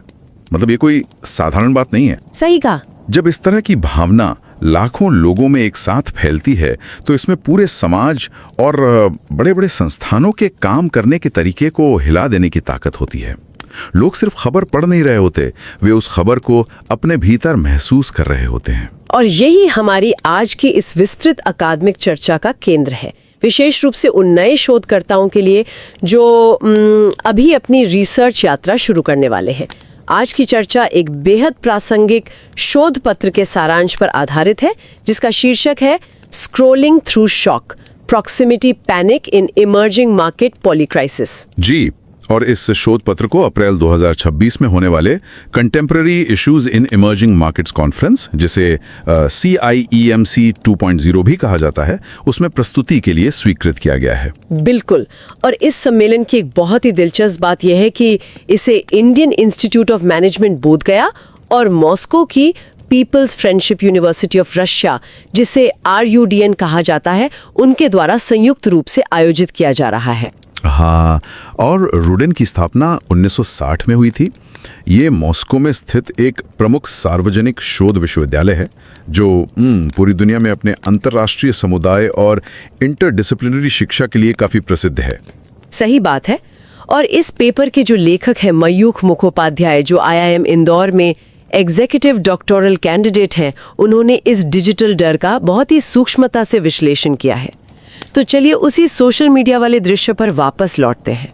जब कोई व्यक्ति किसी और की दुर्घटना को देखकर ये महसूस करता है कि ये मेरे साथ भी हो सकता था, तो ये डर समाज के स्तर पर आखिर काम कैसे करता है? इसे गहराई से समझने के लिए शोध में प्रॉक्सिमिटी पैनिक या कह लें समीपस्थ घबराहट की अवधारणा पेश की गई है। इस अवधारणा को समझना तब आसान हो जाता है जब हम इसकी तुलना पारंपरिक घबराहट से करते हैं। पारंपरिक घबराहट हमेशा संसाधनों की कमी पर केंद्रित होती है। मतलब जैसे किसी बड़ी प्राकृतिक आपदा या महामारी की शुरुआत में हम अक्सर देखते हैं कि लोग सुपरमार्केट में राशन या दवाइयाँ जमा करने के लिए दौड़ पड़ते हैं। वो एक तरह का सर्वाइवल लॉजिस्टिक्स है। एकदम सटीक उदाहरण है। पारंपरिक घबराहट का आधार खरीद या प्रोक्योरमेंट है, लेकिन ये जो प्रॉक्सिमिटी पैनिक है ये पूरी तरह से एक अलग धरातल पर काम करते हैं। इसमें संसाधनों की कोई कमी नहीं हो रही होती। तो फिर इसमें मुख्य डर किस बात का होता है? इसका सीधा संबंध इंसान की पहचान और उसके अर्थ खोजने की प्रक्रिया से है। जब कोई एयर इंडिया 1771 जैसी त्रासदी को स्क्रीन पर देखता है तो उसके भीतर एक अस्तित्व का संकट पैदा हो जाता है। अस्तित्व का संकट, सुनने में काफी दार्शनिक लगता है। क्या इसका मतलब ये है कि इंसान अचानक अपनी खुद की नश्वरता के बारे में सोचने लगता है? जी बिल्कुल।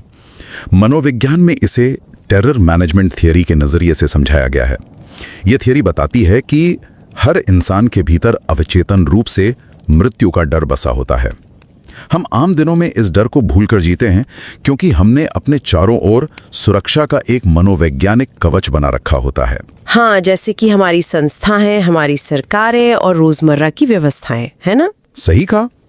लेकिन जब कोई व्यक्ति स्क्रीन पर किसी ऐसे हादसे को देखता है जो बिल्कुल उसके जैसी ही दिनचर्या वाले किसी व्यक्ति के साथ हुआ है, तो वो मनोवैज्ञानिक कवच अचानक टूट जाता है। ओह, मैं समझ रही हूँ। यानी पारंपरिक घबराहट का मतलब है संकट के समय जरूरी सामान के लिए संघर्ष करना, लेकिन प्रॉक्सिमिटी पैनिक का मतलब है स्क्रीन पर दूसरों के दुख को देखकर ये महसूस करना कि वो सीट मेरी भी हो सकती थी। बिल्कुल। और सबसे बड़ी बात यह है कि डिजिटल युग ने दूरी के एहसास को ही खत्म कर दिया है। सीसीटीवी फुटेज और रियल टाइम अपडेट्स की वजह से अब हर खबर एक इमर्सिव अनुभव बन गई है, जिसे लोग अपने कमरों में बैठकर भी पूरी तीव्रता के साथ जीते हैं। ये बहुत ही गहरा बिंदु है। अब नए शोधकर्ताओं के दृष्टिकोण से मैं ये सोच रही थी कि इस शोध की मेथडोलॉजी के बारे में जानना बहुत ज्ञानवर्धक होगा। क्या इस निष्कर्ष तक पहुंचने के लिए बड़े पैमाने पर सर्वे किए गए थे? देखिए, अकादमिक दुनिया में कदम रखने वालों के लिए ये समझना बहुत जरूरी है कि हर शोध के लिए जमीनी स्तर पर जाकर प्राथमिक डेटा इकट्ठा करना ही एकमात्र रास्ता नहीं होता। इस शोध में प्रॉब्लमेटाइजेशन रिव्यू नामक एक पद्धति का इस्तेमाल किया गया है। अच्छा, तो ये एक तरह से अलग अलग उपलब्ध ज्ञान को मिलाकर एक नई समझ विकसित करने जैसा है। हाँ, इसे ऐसे समझें जैसे अलग अलग सामग्री को मिलाकर एक नई रेसिपी तैयार करना। शोधकर्ता ने एयर इंडिया 171 की घटना को एक कॉन्टेक्सचुअल एंकर यानी एक आधार बिंदु के रूप में रखा और फिर इसे समझने के लिए कई अलग अलग सिद्धांतों का वैचारिक संश्लेषण किया। जैसे कि कौन-कौन से सिद्धांत? जैसे टेरर मैनेजमेंट, सिग्नलिंग थ्योरी और पॉलीक्राइसिस थ्योरी। इन अलग अलग चश्मों से इस घटना को देखने के बाद उन्होंने 3 मुख्य तंत्र या मैकेनिज्म निकाले हैं जिनसे ये डिजिटल घबराहट आग की तरह फैलती है। तो अगर प्रॉक्सिमिटी पैनिक वो आग है, तो वो कौन से 3 तंत्र हैं जो हवा का काम करते हैं? पहला तंत्र क्या है? पहला तंत्र है रिलेशनल इंसर्शन या संबंधात्मक प्रविष्टि। इसका सीधा सा अर्थ यह है कि लोग मानसिक रूप से खुद को उस त्रासदी के बिल्कुल बीचों बीच रख लेते हैं। वो जो नियर मिस वाली भावना होती है ना कि मैं तो बाल बाल बच गया। हाँ, और जब कोई व्यक्ति खुद को इस तरह से किसी भयानक त्रासदी से जोड़ लेता है तो स्वाभाविक रूप से वो बहुत असुरक्षित महसूस करेगा। वो चाहेगा कि कोई उसे बताए कि वो सुरक्षित है। यही इसका सबसे बड़ा परिणाम है। इस असुरक्षा के कारण लोग तुरंत सरकारों या एयरलाइंस से आश्वासन मांगने लगते हैं। उन्हें तुरंत सुरक्षा की गारंटी चाहिए होती है और वो भी उसी वक्त। और ये दबाव संस्थाओं पर बहुत भारी पड़ता होगा। मतलब अगर लोग असुरक्षित महसूस कर रहे हैं तो वे अपनी भावनाएं कहीं ना कहीं तो व्यक्त करेंगे ही। और सोशल मीडिया से बेहतर मंच आज के समय में क्या है? और यहीं से दूसरा तंत्र काम करना शुरू होता है, जिसे शोध में परफॉर्मेटिव डिजिटल मॉर्निंग यानी दिखावटी डिजिटल शोक कहा गया है। जैसे ही कोई घटना होती है, डिजिटल दुनिया में भावनाओं की एक सुनामी आ जाती है। हर कोई हैशटैग लगा रहा है, तस्वीरें साझा कर रहा है। यहाँ मैं थोड़ा सा रुककर इस परफॉर्मेटिव या दिखावटी शब्द को समझना चाहूंगी। जब हम कहते हैं कि शोक दिखावटी है, तो अक्सर ऐसा लगता है जैसे हम कह रहे हैं कि लोगों का दुख झूठा है, लेकिन कई बार दुख बहुत सच्चा और गहरा होता है ना? ये उलझन बहुत स्वाभाविक है और इसे स्पष्ट करना बहुत आवश्यक है। परफॉर्मेटिव शब्द का अर्थ यहाँ किसी के दुख को झूठा साबित करना बिल्कुल नहीं है। इसे समझने के लिए शोध में सिग्नलिंग थियरी का उपयोग किया गया है। तो ये सिग्नलिंग थियरी इस चीज को कैसे समझाती है? देखिए, समाजशास्त्र में सिग्नलिंग का मतलब है समाज को यह बताना कि आप कौन हैं और आपके मूल्य क्या हैं। जब कोई व्यक्ति ऑनलाइन शोक व्यक्त करता है तो वो समाज को एक सिग्नल दे रहा होता है कि वो किस नैतिक पक्ष में खड़ा है। ओह, समझ गई। हाँ, वो ये दिखा रहा होता है कि वो एक संवेदनशील नागरिक है। इसलिए भावनाएं पूरी तरह से सच्ची हो सकती हैं, लेकिन डिजिटल दुनिया में उन्हें व्यक्त करने का जो तरीका है वो एक सामाजिक प्रदर्शन का रूप ले लेता है। ये बहुत ही दिलचस्प नजरिया है। यानी दुख चाहे जितना भी व्यक्तिगत हो, जब वो किसी हैशटैग के साथ टाइमलाइन पर आता है तो वो एक सामूहिक पहचान बनाने का साधन बन जाता है। बिल्कुल।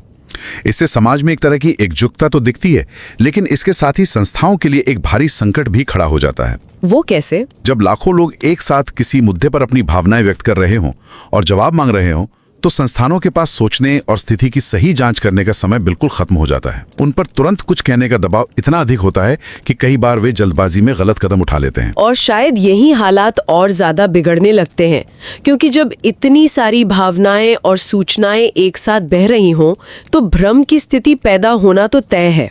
सही कहा। यही इस प्रक्रिया का तीसरा तंत्र है, जिसे खंडित समन्वय या फ्रैगमेंटेड कोऑर्डिनेशन कहा गया है। डिजिटल दुनिया में एक तरफ भावनाओं का सैलाब है और दूसरी तरफ अनगिनत सूचनाओं का अंबार, जिसमें से कुछ सच होती हैं, कुछ आधी अधूरी बातें और बहुत सारी बिना जांची परखी अफवाहें। बिल्कुल। जब ये सब आपस में टकराता है तो समाज की जो स्थिति को लेकर एक समान समझ है वो पूरी तरह से कमजोर पड़ जाती है। अलग अलग कहानियां एक साथ चलने लगती हैं। सच क्या है और झूठ क्या है ये पहचानना मुश्किल हो जाता है। ये तो कुछ ऐसा है जैसे किसी बंद कमरे में बहुत सारे लोग एक साथ अलग अलग बातें चिल्ला रहे हो। शोर इतना ज्यादा है कि किसी को भी सही बात सुनाई नहीं दे रही। हाँ, और शोर की वजह से घबराहट और बढ़ती जा रही है। अब इस पूरी तस्वीर को थोड़ा और व्यापक स्तर पर रखकर देखते हैं। ये डिजिटल घबराहट और अफवाहों का ये शोर इमर्जिंग मार्केट्स या कह लें कि उभरती हुई अर्थव्यवस्थाओं के लिए इतनी बड़ी समस्या क्यों बन जाता है? इसका उत्तर हमें एक बहुत ही महत्वपूर्ण अकादमिक अवधारणा में मिलता है, पॉलीक्राइसिस या बहुसंकट। साधारण शब्दों में पॉलीक्राइसिस एक ऐसा माहौल है जहां सिर्फ एक संकट नहीं होता, बल्कि कई अलग अलग तरह के संकट एक साथ मौजूद होते हैं और वे आपस में जुड़े भी होते हैं। तो अगर हम किसी उभरते हुए बाजार का उदाहरण लें तो वहां पहले से ही बहुत सारी चुनौतियां होती हैं, है ना? बिल्कुल। वहां जलवायु परिवर्तन का प्रभाव हो सकता है, आर्थिक अस्थिरता हो सकती है, स्वास्थ्य से जुड़ी समस्याएं हो सकती हैं। जब ये सारे संकट एक ही समय पर एक साथ टकराते हैं तो उस समाज की बुनियाद पहले से ही बहुत संवेदनशील होती है। और ऐसे नाजुक माहौल में जब प्रॉक्सिमिटी पैनिक जैसी कोई नई डिजिटल घबराहट फैलती है तो इसका क्या असर होता है? ऐसे माहौल में प्रॉक्सिमिटी पैनिक एक सिस्टमैटिक डिस्ट्रैक्टर के रूप में काम करता है। यानी यह प्रणालीगत स्तर पर संस्थाओं और सरकारों का ध्यान भटकाने वाला एक बहुत बड़ा तत्व बन जाता है। इस ध्यान भटकाने वाले तत्व को अगर थोड़ा और सरल करके समझे तो ये संस्थानों को कैसे प्रभावित करता है? कल्पना कीजिए कि किसी उभरते हुए बाजार की सरकार दीर्घकालिक विकास की योजनाओं पर काम कर रही है। वे अगले 10 सालों के लिए बुनियादी ढांचे के निर्माण या हरित ऊर्जा जैसी नीतियों पर अपना समय लगा रहे हैं, जो कि किसी भी देश के विकास के लिए बहुत जरूरी है। लेकिन तभी सोशल मीडिया पर कोई आधी अधूरी खबर वायरल हो जाती है जो लोगों में प्रॉक्सिमिटी पैनिक फैला देती है। जनता डरी हुई है और वो तुरंत स्पष्टीकरण मांग रही है। हाँ, अब उन संस्थानों को अपना सारा ध्यान, अपना समय उन लंबी अवधि के सुधारों से हटाकर जनता के इस अल्पकालिक आश्वासन मांग को पूरा करने में लगाना पड़ता है। ये स्थिति तो बिल्कुल वैसी ही लगती है जैसे कोई बहुत बड़ा जहाज किसी भयंकर तूफान के बीच से गुजर रहा हो। वो तूफान ही पॉलीक्राइसिस है और जहाज के कप्तान को अपना पूरा ध्यान जहाज के इंजन को ठीक रखने पर लगाना चाहिए। बिल्कुल सही एनालॉजी है। भी जहाज के अंदर बैठे कुछ यात्रियों के बीच महज एक अफवाह फैल जाती है कि जहाज के निचले हिस्से में पानी भर रहा है। अब कप्तान को इंजन छोड़कर दौड़कर उन यात्रियों को शांत करने जाना पड़ता है। मतलब कप्तान यात्रियों को शांत करने में उलझा होता है तो वो तूफान और भी खतरनाक रूप ले लेता है। इस भटके हुए ध्यान का नतीजा ये होता है कि संस्थाओं का समन्वय टूट जाता है और उनकी प्रभावशीलता खत्म होने लगती है। और इसका सबसे बुरा परिणाम ये होता होगा कि जनता और संस्थाओं के बीच अविश्वास की एक गहरी खाई पैदा हो जाती है। जी बिल्कुल। नीतियों में कोई निरंतरता नहीं रह पाती। ये वास्तव में एक बहुत ही चिंताजनक तस्वीर है। अब स्वाभाविक रूप से ये सवाल उठता है कि इस शोध पत्र में इस गंभीर समस्या से निपटने के लिए क्या समाधान सुझाए गए हैं? इस सिस्टमैटिक डिस्ट्रैक्शन को कैसे रोका जा सकता है? शोध पत्र में बहुत ही स्पष्ट समाधान प्रस्तुत किए गए हैं, जिन्हें मुख्य रूप से 2 स्तरों पर बांटा जा सकता है, प्रबंधकीय स्तर और नीतिगत स्तर। प्रबंधकीय या मैनेजरियल स्तर पर जो सबसे पहला कदम बताया गया है वो है लोगों की भावनाओं को मान्यता देना, जिसे वैलिडेट इमोशंस कहा गया है। इसका मतलब है कि जब जनता किसी बात को लेकर डरी हुई हो तो संस्थाओं को उस डर को अनदेखा नहीं करना चाहिए। जी, अनदेखा नहीं करना चाहिए और उस डर को महज शोर या अफवाह कहकर खारिज भी नहीं करना चाहिए। उन्हें यह स्वीकार करना चाहिए कि जनता का डर उनके नजरिए से वास्तविक है। ये विश्वास बहाली का पहला कदम है। समझ गई। और दूसरा कदम क्या है? इसके बाद बात आती है कोऑर्डिनेशन डिजाइन की। ये इस बात की तैयारी है कि संकट के समय जानकारी कभी भी एक जगह से या एक क्रम में नहीं आएगी। अच्छा, तो जो रिस्पॉन्स सिस्टम है उसे इस तरह से डिजाइन किया जाना चाहिए जो इस बिखराव को पहले से मानकर चले। बिल्कुल सही। और प्रबंधकीय स्तर पर तीसरा सबसे अहम काम है तथ्यों को मजबूत करना या रीइंफोर्स फैक्ट्स। वायरल गलत सूचनाओं से लड़ने के लिए एक मजबूत ढांचा होना चाहिए। यानी संस्थानों के पास अपने खुद के अत्यधिक भरोसेमंद डिजिटल चैनल होने चाहिए। हाँ, जो किसी भी अफवाह के फैलने से पहले ही तथ्यों को इतनी मजबूती से सामने रख दें कि गलत जानकारी को पनपने का मौका ही न मिले। और अगर नीतिगत या पॉलिसी स्तर पर बात करें तो सरकारों को किस तरह के बदलाव करने की आवश्यकता है? नीतिगत स्तर पर जो सबसे बड़ा वैचारिक बदलाव सुझाया गया है वो है इमोशनल गवर्नेंस या भावनात्मक शासन को गंभीरता से लेना। आमतौर पर सरकारों को लगता है कि जनता की भावनाओं को संभालना सिर्फ एक जनसंपर्क या पीआर का हिस्सा है, लेकिन शोध ये तर्क देता है कि ये क्रिटिकल इंफ्रास्ट्रक्चर है। जैसे हम यातायात के लिए पुल या सड़कें बनाते हैं, वैसे ही हमें जनता के विश्वास को बनाए रखने और उनकी घबराहट को रोकने के लिए एक भावनात्मक बुनियादी ढांचे की जरूरत है। ये तुलना बिल्कुल सटीक है। इसके साथ ही पॉलिसी कंटिन्यूटी या नीतिगत निरंतरता सुनिश्चित करना बहुत जरूरी है। डिजिटल दुनिया में कितनी भी घबराहट क्यों ना फैले, उनके जो दीर्घकालिक विकास लक्ष्य हैं वे कभी पटरी से ना उतरें। ये सब सुनने में बहुत तार्किक लगता है, लेकिन यहाँ एक बहुत ही गहरी नैतिक उलझन भी सामने आती है। एक तरफ तो ये है कि लोगों के सच्चे दुख और उनकी अभिव्यक्ति की स्वतंत्रता का पूरा सम्मान होना चाहिए। जी बिल्कुल। लेकिन दूसरी तरफ सरकार को उस गलत जानकारी या समन्वय को तोड़ने वाली अफवाहों को भी रोकना है। तो सरकारें ऑथेंटिसिटी और मैनिपुलेशन के बीच ये बारीक संतुलन कैसे बना सकती हैं? ये संतुलन बनाए रखना यकीनन सबसे चुनौतीपूर्ण काम है। शोध पत्र इस विषय पर बहुत ही निष्पक्ष दृष्टिकोण प्रस्तुत करता है। शोध ये मानता है कि किसी भी ऊपर से थोपी गई नीति के जरिए शोक व्यक्त करने के अधिकार को नहीं कुचला जाना चाहिए। यानी आवाजों को दबाना समाधान नहीं है? नहीं, आवाजों को दबाना बिल्कुल भी समाधान नहीं है, लेकिन साथ ही शोध सूचना की अखंडता या इंफॉर्मेशन इंटेग्रिटी की भी उतनी ही जोरदार वकालत करता है। मतलब अगर कोई जानबूझकर अफवाहें फैला रहा हो? हाँ, अगर कोई संगठित समूह जानबूझकर इस डिजिटल शोक का इस्तेमाल सिर्फ व्यवस्था का ध्यान भटकाने के लिए कर रहा है, जिसे वेपनाइज नैरेटिव्स कहा जाता है, तो उसे रोकना एक संस्थागत जिम्मेदारी बन जाती है। ये किसी राजनीतिक विचारधारा का पक्ष लेने के बारे में नहीं है, बल्कि एक पारदर्शी सूचना व्यवस्था बनाने के बारे में है। ये एक बहुत ही स्पष्ट और संतुलित दृष्टिकोण है। अब जब हम इस चर्चा के अंतिम पड़ाव पर पहुंच रहे हैं, तो जो नए शोधकर्ता इस क्षेत्र में आगे काम करना चाहते हैं, उनके लिए ये जानना भी उपयोगी होगा कि इसके आधार पर आगे क्या काम किया जा सकता है। देखिए, वर्तमान में इस शोध का दायरा मुख्य रूप से एक ही एंकर इवेंट यानी एयर इंडिया 117 की घटना के विश्लेषण तक सीमित है। भविष्य में जो नए शोधकर्ता इस विषय को आगे ले जाना चाहते हैं, वो इसके तीनों तंत्रों का जमीनी स्तर पर वास्तविक डेटा इकट्ठा करके परीक्षण कर सकते हैं। हाँ, वे अलग अलग संस्कृतियों में तुलनात्मक अध्ययन कर सकते हैं। बिल्कुल।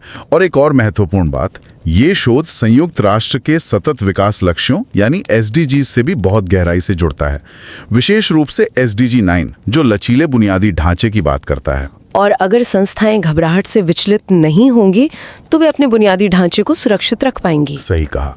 इसी तरह SDG 11 जो सुरक्षित शहरों के निर्माण पर जोर देता है। सुरक्षित शहर का अर्थ केवल भौतिक सुरक्षा नहीं है, बल्कि सूचनात्मक आपदाओं से सुरक्षा भी है। और अंततः SDG 16 जो पारदर्शी और जवाबदेह संस्थाएं बनाने पर केंद्रित है। तो अगर हम इस पूरी चर्चा को समेटें, विशेषकर उनके लिए जो अकादमिक दुनिया की शुरुआत कर रहे हैं, तो ये शोध एक बेहतरीन उदाहरण प्रस्तुत करता है कि कैसे एक बहुत ही आम रोजमर्रा के मनोवैज्ञानिक अनुभव को एक बड़े मैक्रो लेवल के संस्थागत विश्वास के साथ सफलतापूर्वक जोड़ा जा सकता है। यही इस शोध की सबसे बड़ी उपलब्धि है। ये हमें ये देखने पर मजबूर करता है कि कैसे एक स्क्रीन पर दिखने वाला डर पूरी व्यवस्था को हिला सकता है। अगली बार जब दुनिया के किसी भी कोने में कोई बड़ी घटना हो और अपनी स्क्रीन पर उन तस्वीरों को देखते हुए अचानक वो डर व्यक्तिगत महसूस होने लगे, तो ये सोचने का एक बहुत ही गहरा विषय है कि क्या वो तुरंत दी गई डिजिटल प्रतिक्रिया एक अधिक सुरक्षित समाज के निर्माण में मदद कर रही है, या अनजाने में ही सही उसी प्रणालीगत ध्यान भटकाने वाले चक्र का हिस्सा बन रही है।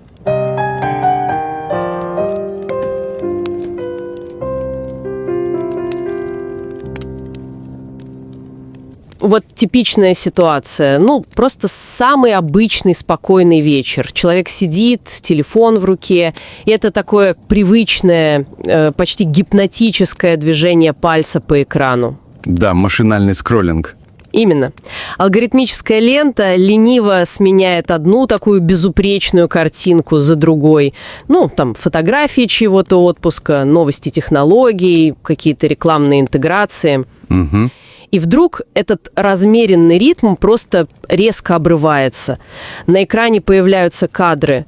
Искореженный металл фюзеляжа, густой дым, какая-то хаотичная, невероятно напряженная суета спасателей в свете прожекторов. Это вы описываете крушение рейса 171 авиакомпании Air India в Ахмедабаде. Да, именно те кадры. И вот в эту самую секунду, когда человек смотрит на экран, у него возникает одна очень резкая, абсолютно леденящая мысль. Я же летела этим самым маршрутом ровно на прошлой неделе. И знаете, вот эта, казалось бы, крошечная, просто промелькнувшая мысль, она обладает колоссальной разрушительной силой для внутреннего спокойствия. Она мгновенно стирает вообще любую физическую дистанцию. То есть трагедия перестает быть далекой.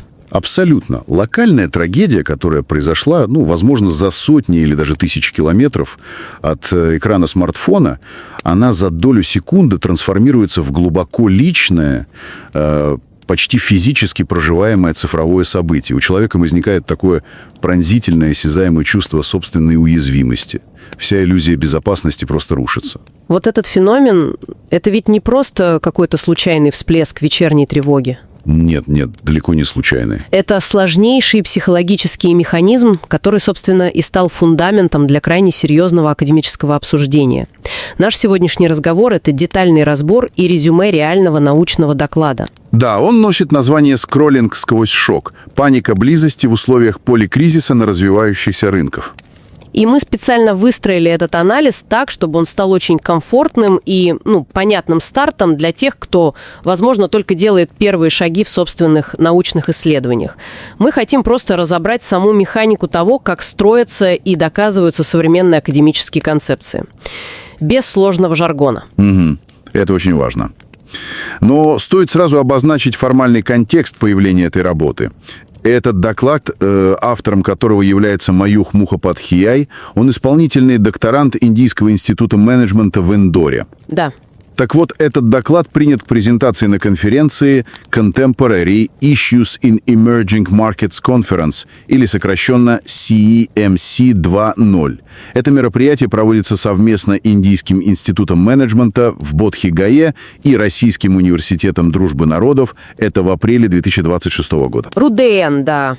Да, РУДН – это основанный в 1960 году Государственный исследовательский университет в Москве.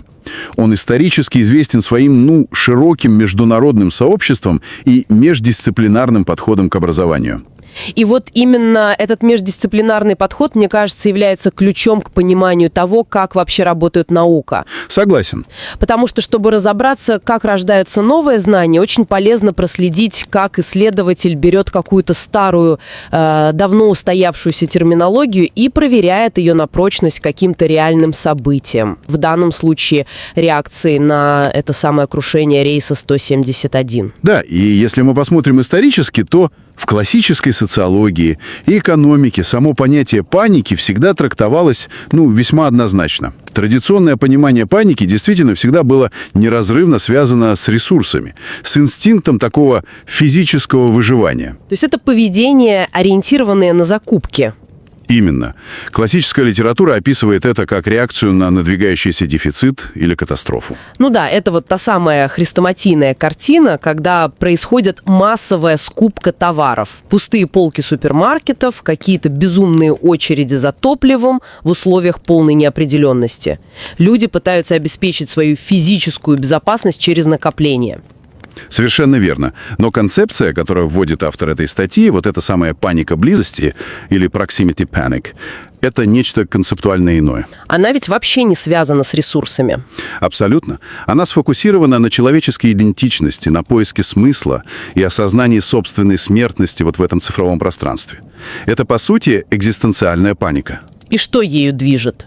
Главный драйвер здесь — это потребность в принадлежности к группе и то самое острое чувство личной уязвимости, когда алгоритмы социальных сетей просто полностью стирают границу между «это случилось с ними» и «это могло случиться со мной».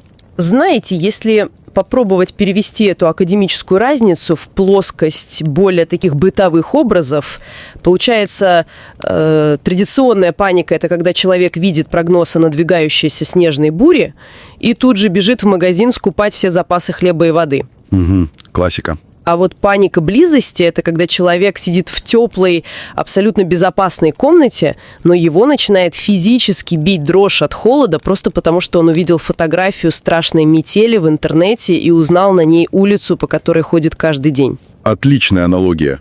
Угроза вообще нереальна в данный момент, но реакция нервной системы абсолютно неподдельна. Да, и разница еще в том, что это иллюзорная, но реально проживаемая угроза, она масштабируется с какой-то невероятной скоростью. Это индивидуальная цифровая дрожь, когда она умножена на миллионы пользователей, она перестает быть просто психологическим феноменом. Она становится чем-то большим. Она становится очень серьезной преградой для государственного управления. И вот здесь возникает масштабный вопрос. Одно дело – это личная тревога пользователя перед экраном. Бывает. Но макроуровень – это другое. Как именно вот это цифровое ощущение чуть не случившейся со мной беды, этого near-miss эффекта, влияет на общество в более широком смысле? Чтобы ответить на этот вопрос, автор вводит нас в так называемую поликризисную среду или polycrisis environment. Так. Работа фокусируется исключительно на развивающихся рынках. И в таких регионах кризисы не происходят, аккуратно, поочередно. Мы наблюдаем ситуацию, где климатические катаклизмы, какая-то экономическая нестабильность, кризисы в сфере здравоохранения и масштабные информационные сбои, они все происходят одновременно. То есть они наслаиваются? Именно. Они пересекаются, накладываются друг на друга и многократно усиливают общий разрушительный эффект. И базовый уровень фоновой тревоги в таком обществе, он и так находится на критической отметке. В таком напряженном состоянии любой дополнительный триггер, вроде новостей о катастрофе, он же должен вызывать просто цепную реакцию. Так оно и происходит. В условиях поликризиса вот эта самая паника близости начинает действовать как мощнейший системный отвлекающий фактор. Механика процесса примерно такая. Интенсивная цифровая эмпатия и всплеск страха, они переключают абсолютно все внимание общества исключительно на требования немедленных гарантий безопасности от государства. И что это значит для системы? Это создает огромный институциональный разрыв. Координация государственных структур фрагментируется, ограниченные ресурсы перебрасываются на мгновенное тушение вот этих цифровых эмоциональных пожаров. А долгосрочные проекты? В результате долгосрочные структурные реформы, которые направлены на устойчивое развитие, они просто замораживаются или срываются. Но слушайте, здесь хочется немного возразить логике исследования. Давайте. Разве это не абсолютно естественно? Когда происходит страшная трагедия, люди закономерно напуганы. Они требуют от властей прозрачных ответов. Они хотят гарантий, что их полеты безопасны, что системы вообще работают. Почему академическое исследование называет это искреннее человеческое сопереживание и потребность в защите таким, холодным термином «отвлекающий фактор»? Складывается впечатление, что управленческая система просто ищет научный повод, чтобы проигнорировать неудобные эмоции граждан. Это фундаментальный вопрос, и автор работы проводит здесь очень тонкую разделительную линию. Статья ни в коем случае не обесценивает скорбь. Хорошо. Само сострадание и потребность в безопасности – это абсолютно естественные и здоровые реакции общества. Проблема, которую подсвечивает исследователь, она кроется не в самих эмоциях, а в том, во что эти эмоции трансформируются внутри неконтролируемой алгоритмической среды. То есть проблема в сетях. Подлинная скорбь мгновенно смешивается с опасным, очень вирусным ускорением распространения слухов и теорий заговора. Быстро формируется каскад недоверия к институтам, и внимание политиков принудительно перетягивается от реального, вдумчивого решения системных проблем к необходимости просто срочно и публично успокоить толпу любыми средствами. Ах, вот оно что. Да, и такое лихорадочное, реактивное управление часто наносит вред реальной долгосрочной безопасности. Это сильно проясняет картину. То есть корень проблемы лежит именно в скорости и в таком алгоритмическом искажении информации, а не в самом факте человеческой эмпатии. Совершенно верно. Но для тех, кто только планирует свой путь в науке, здесь кроется настоящая исследовательская загадка. Какая? Как именно автор смог все это доказать? Ведь, он же не выходил на улицы с анкетами, он не опрашивал 1000 людей о том, что они почувствовали после просмотра кадров авиакатастрофы. Как вообще можно академически обосновать процессы, которые происходят в коллективной психике и в кабинетах чиновников, если ты не собираешь первичные данные напрямую? А вот мы как раз подходим к самой сути того, как делается современная теория. Исследователь использует методологию, которая называется «обзор проблематизации». На английском «problematization review». Звучит серьезно. Это критически важный инструмент. Он демонстрирует, что наука – это далеко не всегда сбор новых анкет или интервью. Автор действительно не проводил никаких эмпирических опросов. Вместо этого он выступил, скажем так, в роли архитектора смыслов. Он синтезировал уже существующие мощные междисциплинарные теории, чтобы объяснить совершенно новый цифровой феномен. Получается, исследователь берет готовые, проверенные десятилетиями кирпичи таких устоявшихся теорий из совершенно разных дисциплин и строит из них какую-то новую концептуальную конструкцию, которая способна объяснить то, что происходит с нами прямо сейчас. Именно так. И эти теоретические кирпичи подобраны очень филигранно. В своей работе он сплетает теорию поликризиса, теорию управления страхом смерти, теорию сигналов и исследование сострадания. Ого, такой микс. И как это работает вместе? Давайте посмотрим. Например, теория управления страхом смерти, она объясняет базовый психологический механизм. Когда людям внезапно напоминают об их собственной смертности, а кадры катастрофы делают это мгновенно, у них возникает сильнейшая экзистенциальная тревога. И публичный траур становится инструментом для восстановления утраченного чувства безопасности и смысла. А как сюда вписывается теория сигналов? А теория сигналов из социологии объясняет, как репосты, комментарии и хэштеги становятся социальными маркерами. Публикуя слова скорби, человек сигнализирует обществу о своей принадлежности к моральной сопереживающей группе. То есть он показывает «я с вами, я хороший». Да. Эти разрозненные теории, они звучат логично по отдельности, но как этот концептуальный синтез объясняет саму механику паники близости? Что происходит на практике, когда эти теории сталкиваются вот в этом цифровом пространстве? Из этого синтеза выводятся 3 ключевых последовательно работающих механизма. Так. Первый из них – это реляционное включение или relational insertion. Что это значит? Человек не просто потребляет новость о катастрофе. Он бессознательно, символически помещает себя на место трагедии. Его мозг генерирует такой гиперреалистичный сценарий. Это мог быть я. Субъективное восприятие риска взлетает просто до неадекватных высот. То есть человеку начинает казаться, что катастрофическая угроза буквально висит над его собственной жизнью, хотя он сидит дома. Да. Именно так. И человек, разумеется, не может долго контейнировать этот зашкаливающий страх внутри себя, ему нужно куда-то это деть. Он обращается к социальным сетям, чтобы найти поддержку или выплеснуть тревогу. Что происходит дальше, когда миллионы таких напуганных людей начинают одновременно выражать свои переживания онлайн? Вот это запускает второй и, пожалуй, самый разрушительный механизм перформативного цифрового траура. Эмоциональное заражение в сетях мобилизует колоссальную общественную солидарность. Вроде бы это хорошо. Вроде бы да, но побочный эффект этого процесса критичен для государства. Этот траур экстремально сжимает время, доступное властям на принятие адекватных решений. Получается, алгоритмы буквально ускоряют часы для государственных институтов. Стоит разобрать этот момент поподробнее. Как именно цифровая скорбь лишает власти времени? Представьте традиционное кризисное управление. У министерств, у различных регуляторов, комиссии по расследованию всегда есть определенный временной буфер. Часы, может быть, дни. Дни на сбор объективных фактов, на анализ данных, на выпуск какого-то взвешенного официального заявления. Но в условиях паники близости алгоритмы формируют мощные каскады внимания.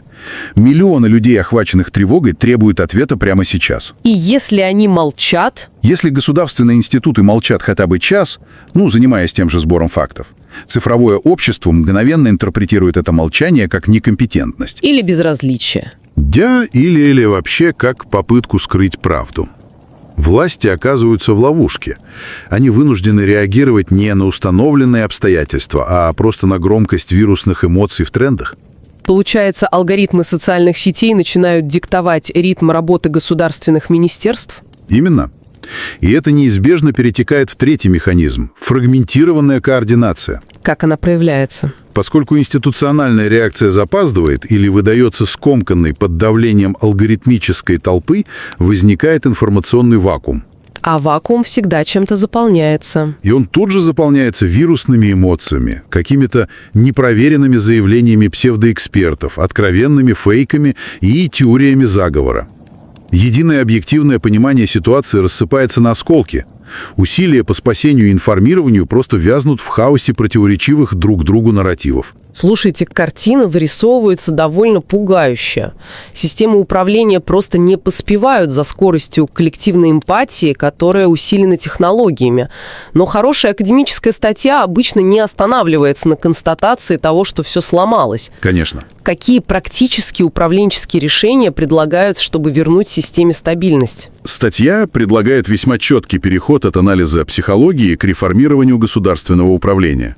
Автор напрямую связывает свои рекомендации с целями устойчивого развития ООН, конкретно с целями номер 16, 9 и 11. Это те, что про сильные институты и инфраструктуру? Да, эти цели направлены на построение сильных институтов, развитие инноваций и создание устойчивых сообществ. И главный концептуальный сдвиг, предлагаемый исследованием, звучит так. Политикам необходимо перестать воспринимать цифровое общественное настроение как иррациональный шум. А как что тогда? Общественные эмоции – это слой критической инфраструктуры. Исследователи вводят для этого специальный термин «эмоциональное управление» или «emotional governance». Интересно, а что именно скрывается за этим термином на практике? Как вообще можно управлять эмоциями на уровне министерств? Концепция включает несколько уровней. Во-первых, это необходимость легализовать эмоции. В смысле? Институциональная система должна официально и открыто признавать общественное горе и страх как важную часть кризиса, а не просто отмахиваться от них стандартными, сухими, бюрократическими пресс-релизами. Во-вторых, требуется новый координационный дизайн. Институты должны проектировать свои системы реагирования, заранее понимая, что информационные потоки будут фрагментированы. То есть быть готовыми к хаосу. Угу. И в-третьих, это укрепление фактов через создание высоконадежных, заслуживающих абсолютного доверия цифровых каналов связи. Они должны быть способны проактивно конкурировать с вирусной дезинформацией прямо в реальном времени. Звучит логично, но, знаете, сама идея легализации эмоций и эмоционального управления со стороны государства, она звучит, довольно неоднозначно. Почему? Не превращается ли это просто в очень удобный инструмент для системной манипуляции? Ну, то есть под видом заботы о психологическом благополучии граждан и борьбы с дезинформацией государственные аппараты могут просто начать жестко цензурировать цифровое пространство, удаляя вообще любой неудобный контент. Как академическое сообщество предлагает избегать вот этой этической ловушки? Вы задаете очень правильный вопрос. Это сложнейший этический узел, и автор работы подходит к нему с предельной осторожностью. Государство оказывается перед необходимостью выстроить невероятно тонкий баланс. В чем он заключается? С одной стороны, существует абсолютный этический императив уважать искреннюю скорбь людей и культурно значимые процессы осмысления трагедии. Да, люди имеют право на чувства. С другой стороны, есть жесткая необходимость пресекать манипуляции, когда вот этот перформативный траур искусственно разгоняется алгоритмами или какими-то заинтересованными лицами просто для создания паники и разрушения координации. И как найти грань между защитой свободы выражения мнений и блокировкой вредоносных слухов в условиях хаоса? Это задача действительно колоссальной сложности. Знаете, о чем это заставляет задуматься? Столетиями человечество училось защищать свои города от физических стихий. Мы проектировали и строили массивные волнорезы, какие-то железобетонные дамбы, сложную физическую инфраструктуру, чтобы уберечь побережье от разрушительных цунами.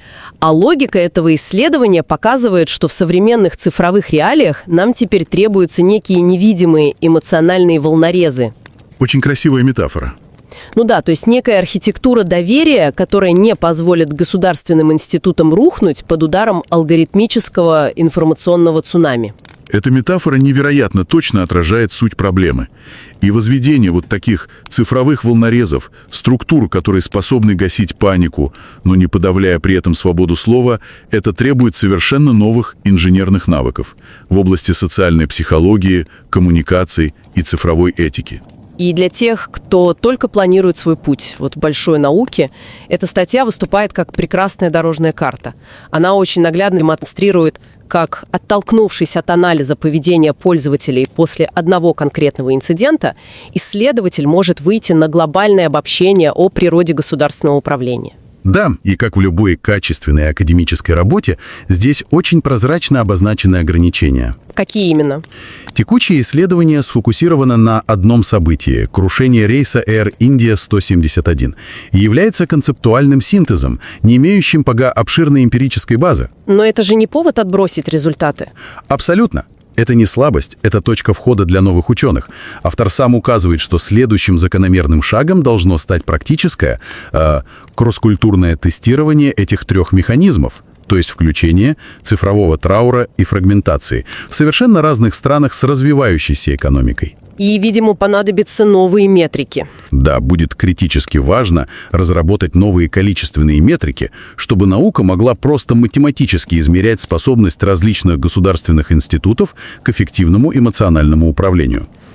Ну что ж, в начале этого обсуждения была обрисована картина человека, замершего перед экраном телефона в попытках как-то осознать хрупкость собственной жизни через призму далекой трагедии. Да, с этого мы начали. Мы проследили, как эта индивидуальная, какая-то затаенная тревога, сливаясь с миллионами других голосов и ускоряясь алгоритмами, способна буквально сотрясать фундамент государственного управления. И как академическая наука пытается найти новые управленческие инструменты, чтобы вернуть в эту сложную систему баланс и устойчивость. Это непрерывный процесс адаптации. Древняя психология человека сталкивается с беспрецедентными технологиями, а государственные институты вынуждены, буквально на ходу, учиться функционировать на этом новом, крайне турбулентном стыке. И в завершении этого разговора возникает один очень глубокий философский вопрос, который логично вытекает из всего сказанного, но остается открытым. Если наша постоянная, неразрывная цифровая подключенность заставляет нас изо дня в день беспрерывно переживать чужие трагедии как свои собственные, как такие почти случившиеся с нами беды, адаптируется ли со временем наша коллективная психика к этому запредельному уровню эмпатии и информационной боли? Или же нашим общественным институтам суждено навсегда застрять в режиме бесконечной эмоциональной скорой помощи?